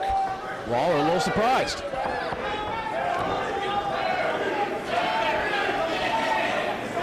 Just pie facing him. Finnegan trying to separate the two, really to no avail. Now he's got him broken up. And this crowd remarkably split in their support. It's going to be hard for us to tell who they're cheering for because Jerry and Terry sound too much alike. I think these fans have respect for both of these competitors. Funk, a legend in Philadelphia and around the world. Lawler, a legend in Memphis. Tying up in the corner. They've transcended that, though. These guys are legends all around the world. Oh, no doubt about it. No doubt about it. Funk takes the advantage. Elbow to the arm. Forearm. Grinds that arm bar in tight. Funk may be the godfather of hardcore, but let's not forget his solid athletic background. Absolutely. The Funk family known for their technical mastery of the sport, and Funk probably the greatest of the whole clan. Speaking of Terry. I have to agree. Indeed. Forearm to the back. Brings Lawler down to the mat again.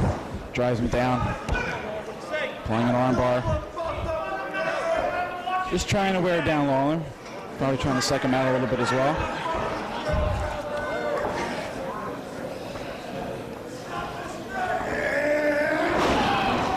Drives the knee hard into the arm. The precision is still there. Terry Funk still knows how to make it hurt bad. Now he grapevines the other arm. Lawler tied up here in the center of the ring. This may not have been what Lawler was expecting. He may have been expecting a little bit more of a brawling style to kick things off from Funk, who's not really known to hold anything back. You could tell he was surprised at that very first arm drag. He was surprised.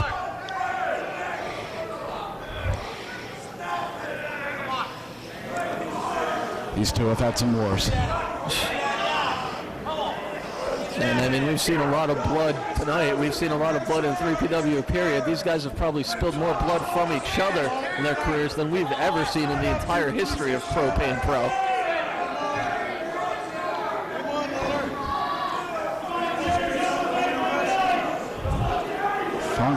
Funk wrenching that arm. Lawler trying to get up to a vertical base.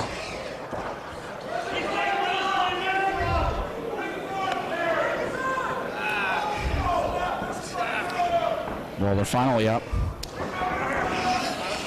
And into the ropes. That's going to force the break. And Funk will not let go of that arm. Well, it's supposed to force the break, but, you know, Terry Funk's not one to be above breaking the rules a little bit. Not at all. And neither is Lawler, for that matter. One of the most notorious cheap shot artists of the history. We saw it right there. There you go.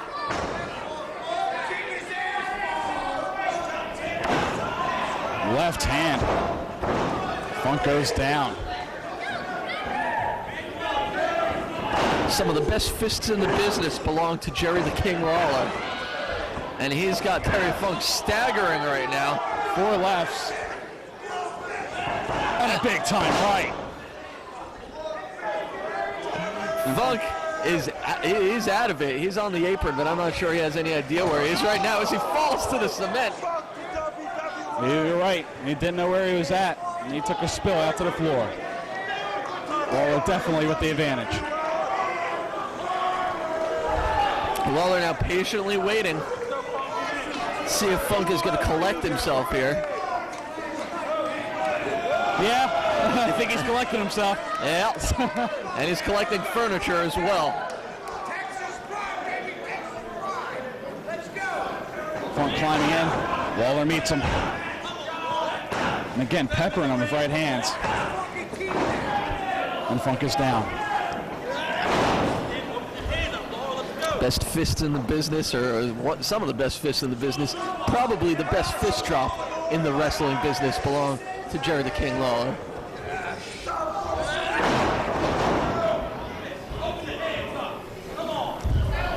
Finnegan ordering Lawler to open his hands, use the open fist. Lawler happy to not oblige. Yeah, asking Lawler to open up his fist is like asking Funk to compose himself. And Funk has been busted open.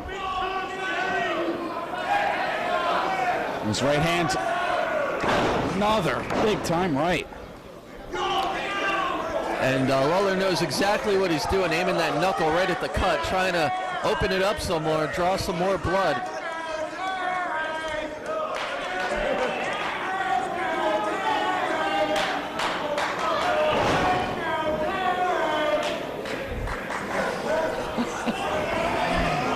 Slow and methodical is the pace that Jerry Lawler is choosing to use at this point in the match, and it's working real well for him as Funk hasn't been able to regain his bearings since taking that spill to the cement. And now Lawler's going to take it to the outside too.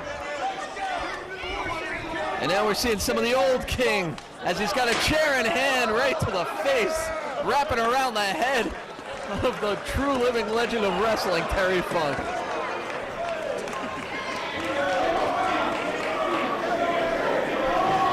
Lawler methodically picking up another chair.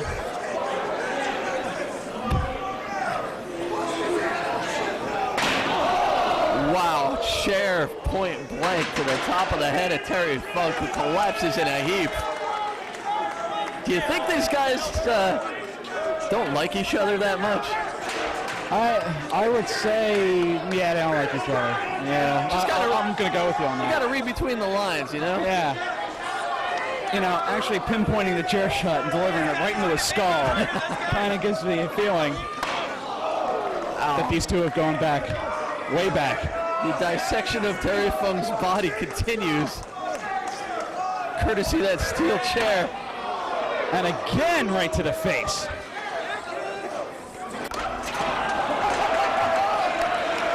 And our own Smart Mark video cameraman almost getting taken out by a flying steel chair. Well, we don't do to give you the action.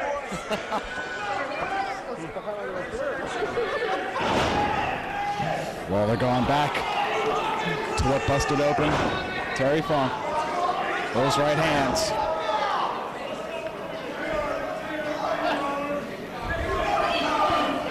Lawler's using him with so much effect that he's hurting himself. Lawler, one of wrestling's greats of all time, not necessarily a full-time competitor lately, but a guy like Funk sure as hell brings the greatness out of him. Lawler daring Funk to nail him in the chin, but Lawler with lefts knocks him down. It's that old school cockiness from Jerry the King Lawler, and we see that blood on his fist, courtesy of the forehead of Terry Funk. Elbows to the back of the head. Is it time for the fist drop up to the second rope? This has finished off many an opponent. Lawler taking his time. Gets it. Wow. Perfect execution, and that should do it for the King. No, it doesn't. 2 count only.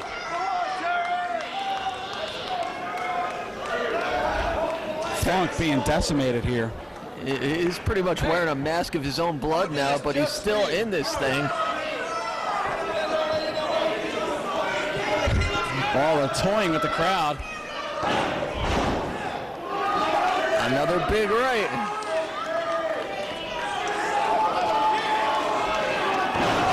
And again, but Funk will not go off his feet for long. He is just dead set on trying to stand toe-to-toe once again with the King, and a low blow. That might give him a little breathing room. That was a trick arm acting up. You piggy son of a bitch, get out!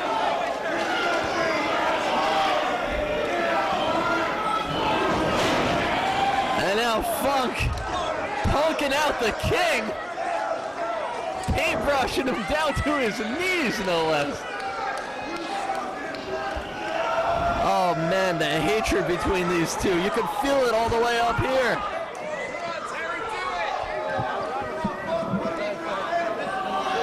Funk and Lawler both out on the table. The infamous 3PW timekeeper's table.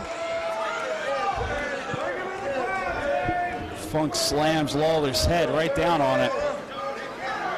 You want some retribution from those chair shots from earlier in the contest, and there's a chair right to the head.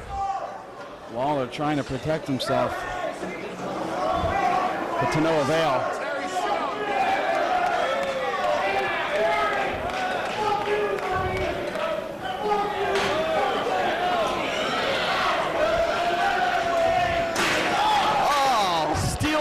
Steel meets face.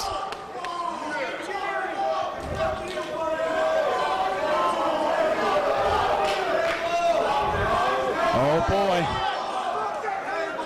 Both on the table now. Oh man, we thought he was going to go for the big pile driver, but Funk just nearly dropping down and put Lawler through the table with a leg drop instead, which may be even more devastating.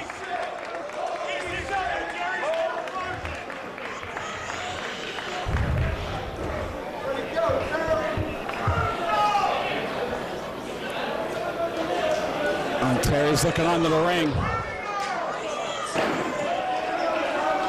He's found another table. You can bet your life that the King has not taken punishment like this since the last time he fought Funk. I would happen to agree with you.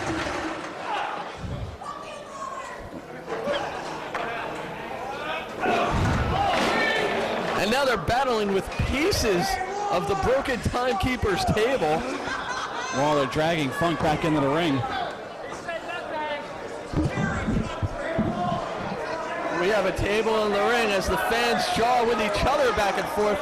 It's been a long time since we've seen a match that's brought the passion of these fans out like this one right here. And now Time for the pile driver. Up, down. both of these men masters of the pile driver, but it is Jerry Lawler who gets the first opportunity to execute one. And his first opportunity to execute that pile driver should be the end of the match. But it is not. Oh!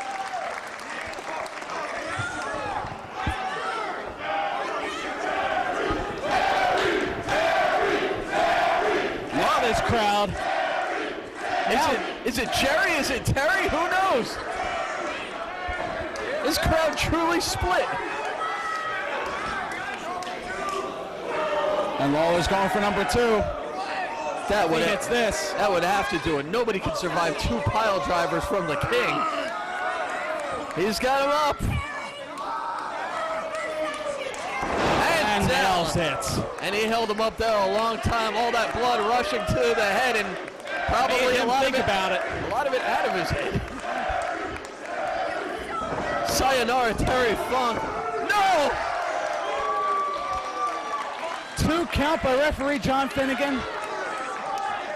A true holy crapola moment right there as Funk surviving 2 pile drivers from Jerry the King Lawler.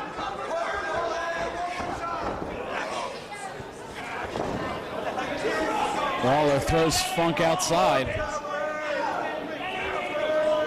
And Lawler, you know he has to be seething. He has to be frustrated. He wants so badly to beat his longtime foe right in the middle of the 3PW ring, right here at the world-famous Electric Factory. And 2 pile drivers didn't get the job done.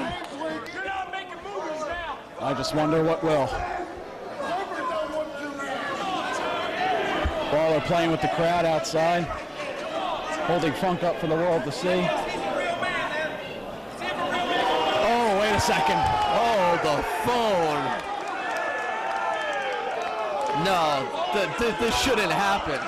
Not on the Got him up on the floor. Someone's got to stop this. Ah! Pile driver on the concrete floor. That's the full weight of Jerry Lawler plus the full weight of Terry Funk. All that pressure on the head and the neck as it crashes into the solid concrete floor. No match here. Like that would have made a difference. But Terry Funk needs some medical attention right now as Lawler commonly takes a sip of soda, spits it into the crowd. What is wrong with this guy?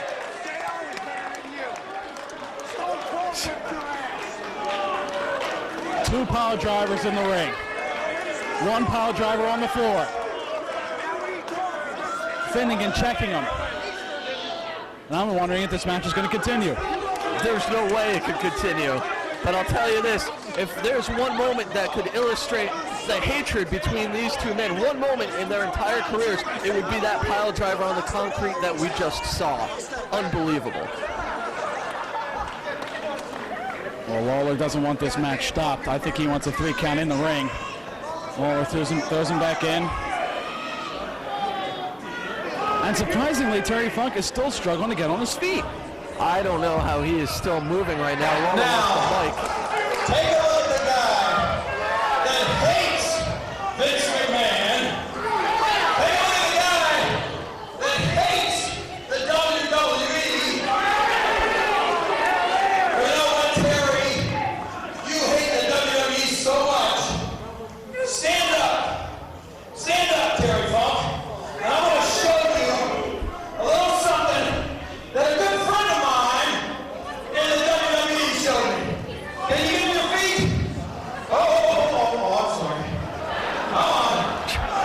Come on, you can make it. This is You know what? disgusting. If you hate Vince McMahon, stand up. Come on, just stand up. What I'm looking at.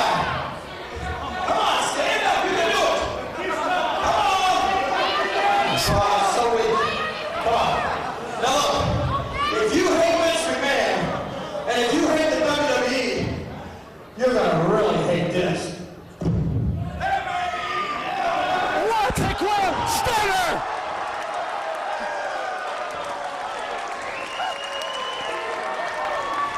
A mockery on a guy who's just been dropped on his head on the concrete. You know, I respect the hell out of both of these competitors, but quite frankly, Jerry Lawler is being a real ass right now. I'll tell you what, I personally like that. I happen to enjoy that. Lawler nailing Terry Funk with a stone cold stunner. And he's going for the pin. And Funk kicks out! Funk somehow finding a way, his pride, his insanity taking over his body, because it surely wouldn't have been able to kick out on its own. I think Lawler wants the microphone one more time. You gotta admit, that was so nice, I gotta do it twice. Jerry Lawler really feeling himself at this point in the contest. Funk said, I've got your stunner right here. This ain't the WWE, buddy. This is Philadelphia, and this is 3PW. And Terry Funk is looking for a stunner of his own. Call it the Funker. 2. Foot on the rope. Funk is up, he's walking, and once again he's ready to kick ass. Nothing will stop this man.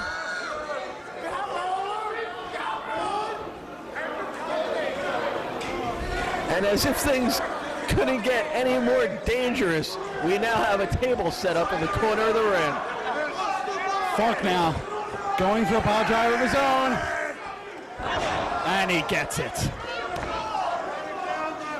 Like with Lawler, a Funk pile driver spells the end of almost every match that Funk pulls him up. Funk didn't want it to end like that. He wants to not only beat Lawler, he wants to punish him beyond belief. He wants to make him remember this night forever.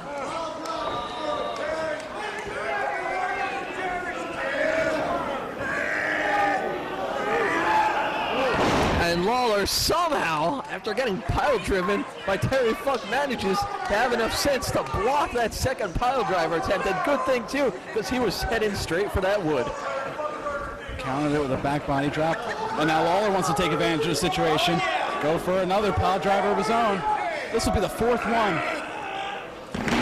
Oh man! And he gets it through the table. A sickening thud right there, as we may have witnessed the Hits end the leg. of Terry Funk. What? I think he might have to shoot him.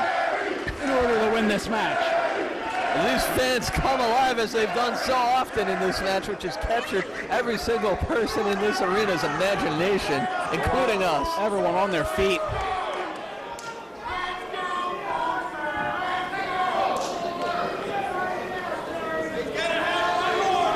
Lawler going for yet one more pile driver. Number 5 this would be? This would be number 5, countered. Back body drop, sunset flip. Reverse by Funk. Roll up, 2, 3. They got him! Come back. 22 minutes and 30 seconds.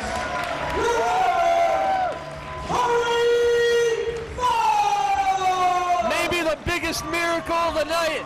After 5 pile drivers, one of them through a wooden table, one of them on the concrete, the deciding move that gave Terry Funk a victory in this tremendous contest was a roll-up. A roll-up, definitely. Countering the pile driver into a sunset flip. But Funk with enough sense to roll out of it, gets the roll-up and gets the victory.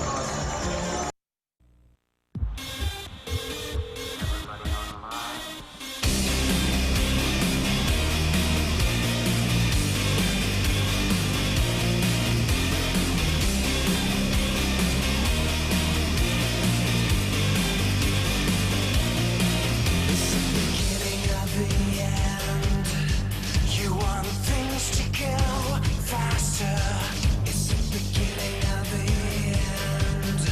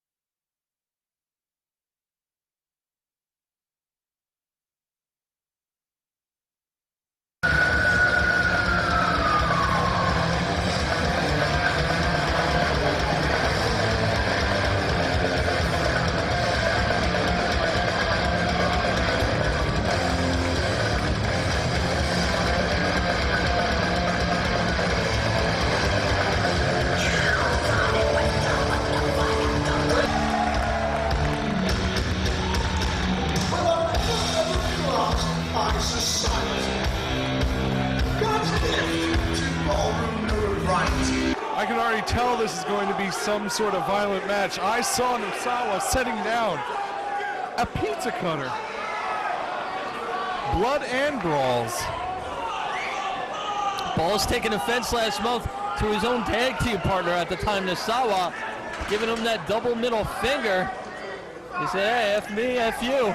And these guys are going to take it to each other now in a legal match.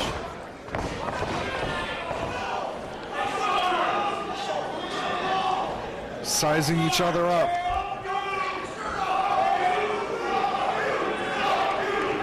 And again, we saw last month, and we've seen it really since Nosawa has come to 3PW, his absolute defiance to fear or respect anybody. I mean, he got in the face of the Hit Squad last month. He just doesn't care about pissing anybody off. No fear. That's either a sign he's really, really tough or he's really crazy. Either way, I wouldn't get in the ring with him. Either way, it should also make for a great match. Hey, Balls is both tough and crazy. Uncharacteristic for what we would expect from this match. Some mat wrestling between the two. Nosawa coming out on top. Obviously a big size advantage for Balls.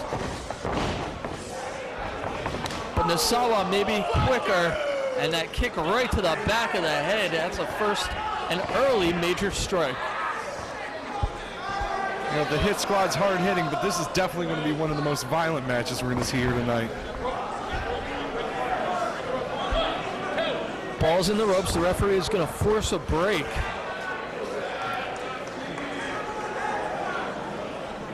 And Nosawa pretty happy so far about what's gone on in the opening minute. I mean, come on, Mike, let's face it. Balls Mahoney has a long history in this business, a long history right here in Philadelphia as one of the toughest guys, one of the guys that you don't want to enter a match like this with. And look at Nosawa showing no respect, no fear. No, definitely. This is the birthplace of Balls Mahoney. This is where he became the hardcore chair swinging freak. This guy is very evil, intense, violent. He's going to... I can't wait to see the kind of chair shots we see from Balls Mahoney here tonight. These guys laid into each other pretty good last time, and they were partners. So we see Mahoney, who has an extensive background in all types of grappling, including amateur wrestling, where he was banned for attacking a referee. That should give you some idea of the mindset of Balls Mahoney. Keeping Nosawa away from the ropes, does not want to break this move. Balls knows how to stretch you. That much is certain as Nosawa looking to find a way out of this. Finally, he makes it to the ropes.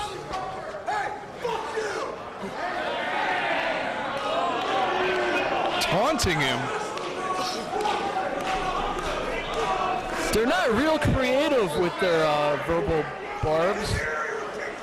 They don't need to be. No, they get their point across just fine.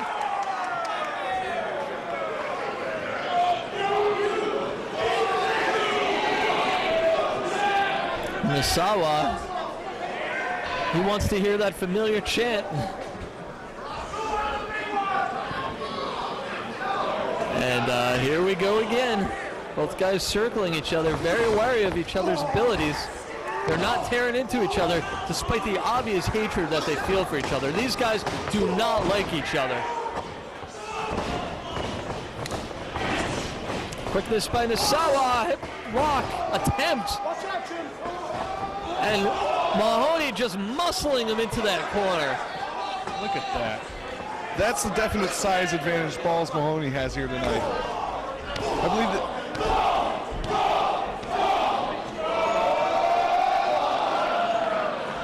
Balls teasing the big right, instead going for the quick eye poke. Perhaps an attempt to throw off the game. And Nosawa up and over and a big kick, pinpoint to the head. Did you hear what he said to you, Jerry? Hey! I think he was talking to you. He's talking to... Oh no, there's no one else up here. Arm drags by Mahoney, showing his own quickness here. And he shows that he's just as able to outquick his smaller foe. Going for the handshake. Yeah, I didn't expect that handshake to come to fruition. Mahoney set to the opposite side, duck under, and here we go again, that familiar series of left jabs in the middle of the ring. The big right. Ball's going out of the ring. No Sawa dropping down as we see Mahoney get caught with that baseball slide. Here's falls count anywhere, and they're going anywhere. And this is more what we were expecting. Two guys just beating the hell out of each other, mostly outside the ring. Mahoney down, trying to get back into the ring. And what does Nasawa have planned here? Pizza slicer. This is about to get real ugly. Oh, man. Nasawa just licked that pizza cutter after ripping apart Mahoney's forehead. That's sick. No pepperoni with mine, please. That is sick.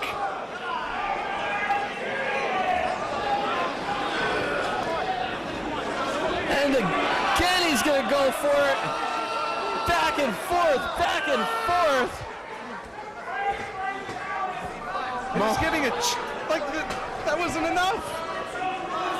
Nasawa going for some blood loss here. That could significantly weaken Mahoney, but he's been in this position many, many times. Mahoney's head rammed right into that chair. He may be out of it. This has got to be it. I can't see balls lasting much longer now. Nasawa again with the pizza cutter. He's not satisfied.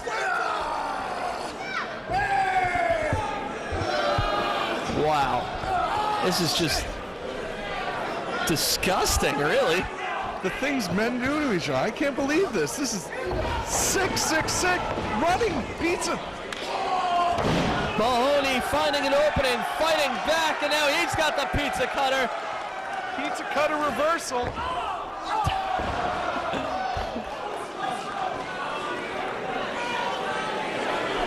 And Nasawa tasting his own pizza cutter and gets it right in his own forehead. And now we can see oh man, he is bleeding big time. Going against. Wow.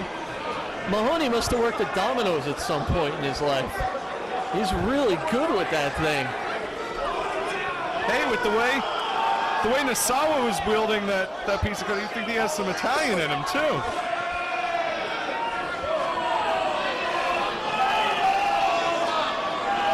And these fans are eating this up. What's sicker, the people cheering this or the people actually doing it to each other? Well, I got to admit, there's a part of me that thinks it's pretty cool myself. Like all over the place. Man, the crowd coming alive for this. But this is a career-changing match for both guys. I'm not sure either of them are going to walk out the same after this one. Look at them. Sick.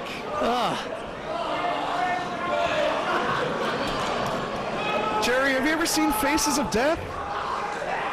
I don't think you need to now. Yeah, I think I'm seeing two of them right now. Nasawa just tossed to the outside like yesterday's pizza.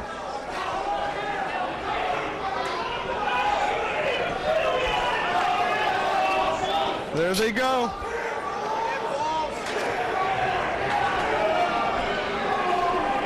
You know, after this match, Nasawa is going to be delivered to the hospital, 30 minutes or less, or your money back.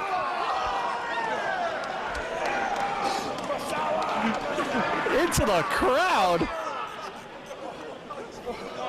These guys are just tearing each other's skin apart.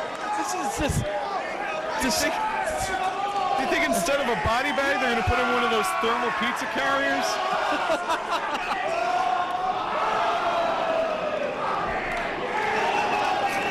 And Nasawa is still defiantly giving that middle finger.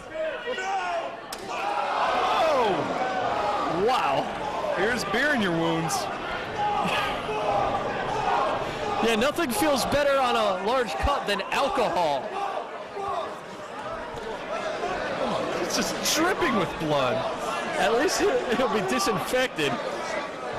Fighting off the pizza cup. I can't believe Nasawa is fighting back. This is truly a performance of beyond toughness. These guys are just crazy to be able to take this kind of pain and punishment and still tear into each other like this. Wait, where did he get that pizza cutter from? Do you think they still have it? How are they going to serve the pizza in the snack bar now? I don't know, but I'm not eating any.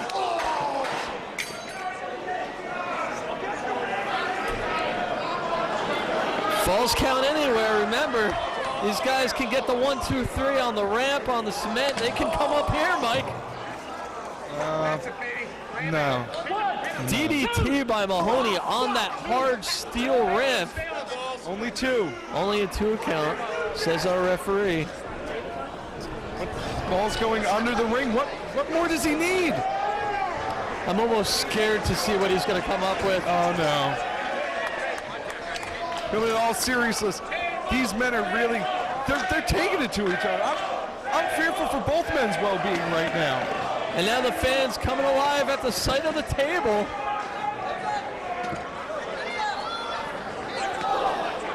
But that gives Nasawa the opening to fight back. And incredibly, the match is going to find its way back into the ring for the moment. Just the bright crimson of the blood on the mat. Look at that. Straight kick to the face. Nasawa, an expert in several martial arts. The guy's good with his feet. He's also good with his middle finger. Shining Wizard of sorts by Nasawa. That should do it. But no, Balls finds a way to stay in this thing.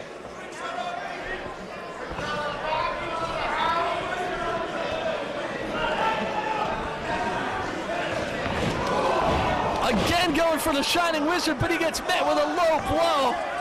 Nice presence of mind by Mahoney. Nutcracker, sweet, right on top of the head. Nicely done. This should be it. Oh my, jeez, look at that. Tough and crazy, both of them.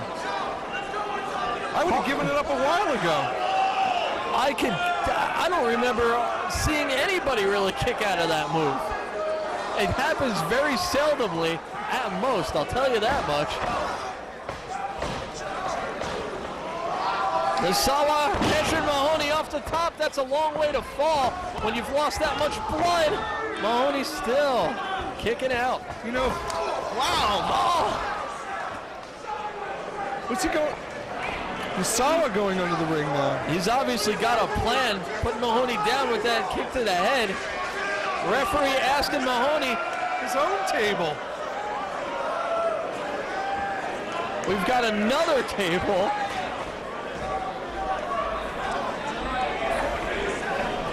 I don't know why he didn't just use the first one. I mean, I'm all for table conservation. Hey. These guys just don't care. That table wasn't in the ring. Ah.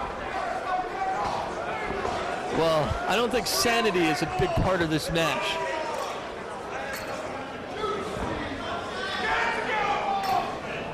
Nasawa setting that table up, giving his opponent a chance to get back to his feet. Nasawa, you better turn around. Big super kick. Ball's going to the top. Nasawa is prone on that table. Bloody and battered as he's catching Mahoney. A desperation move by Nasawa. He may have saved his own career there, let alone this match. Balls just got hit in the Hurricane Rana blocked by Mahoney. Nasawa had a goal there to Hurricane Rana Mahoney through that table. That much was obvious, but Mahoney able to hold on, and it didn't happen. Mahoney now going back to the top. Big leg drop, the Sullivan put through the wood. This has got to be it.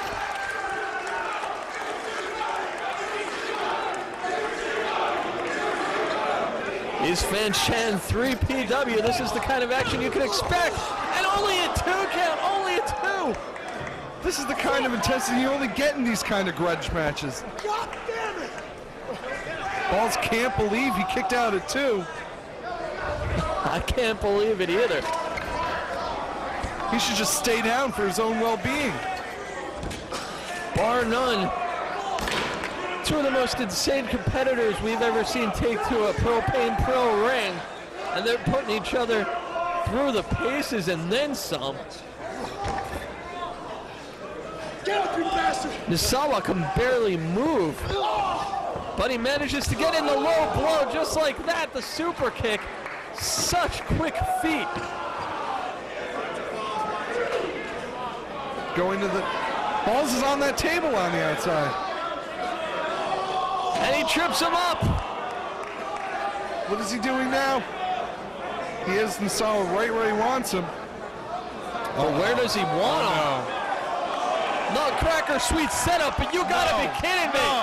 This can't happen. Duh! That's it. That has to be it. Through the table on the outside. He's dead.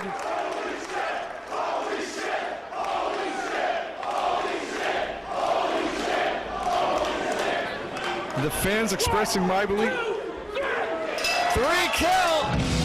Lights out for Nosawa. Balls Mahoney. Unbelievable match.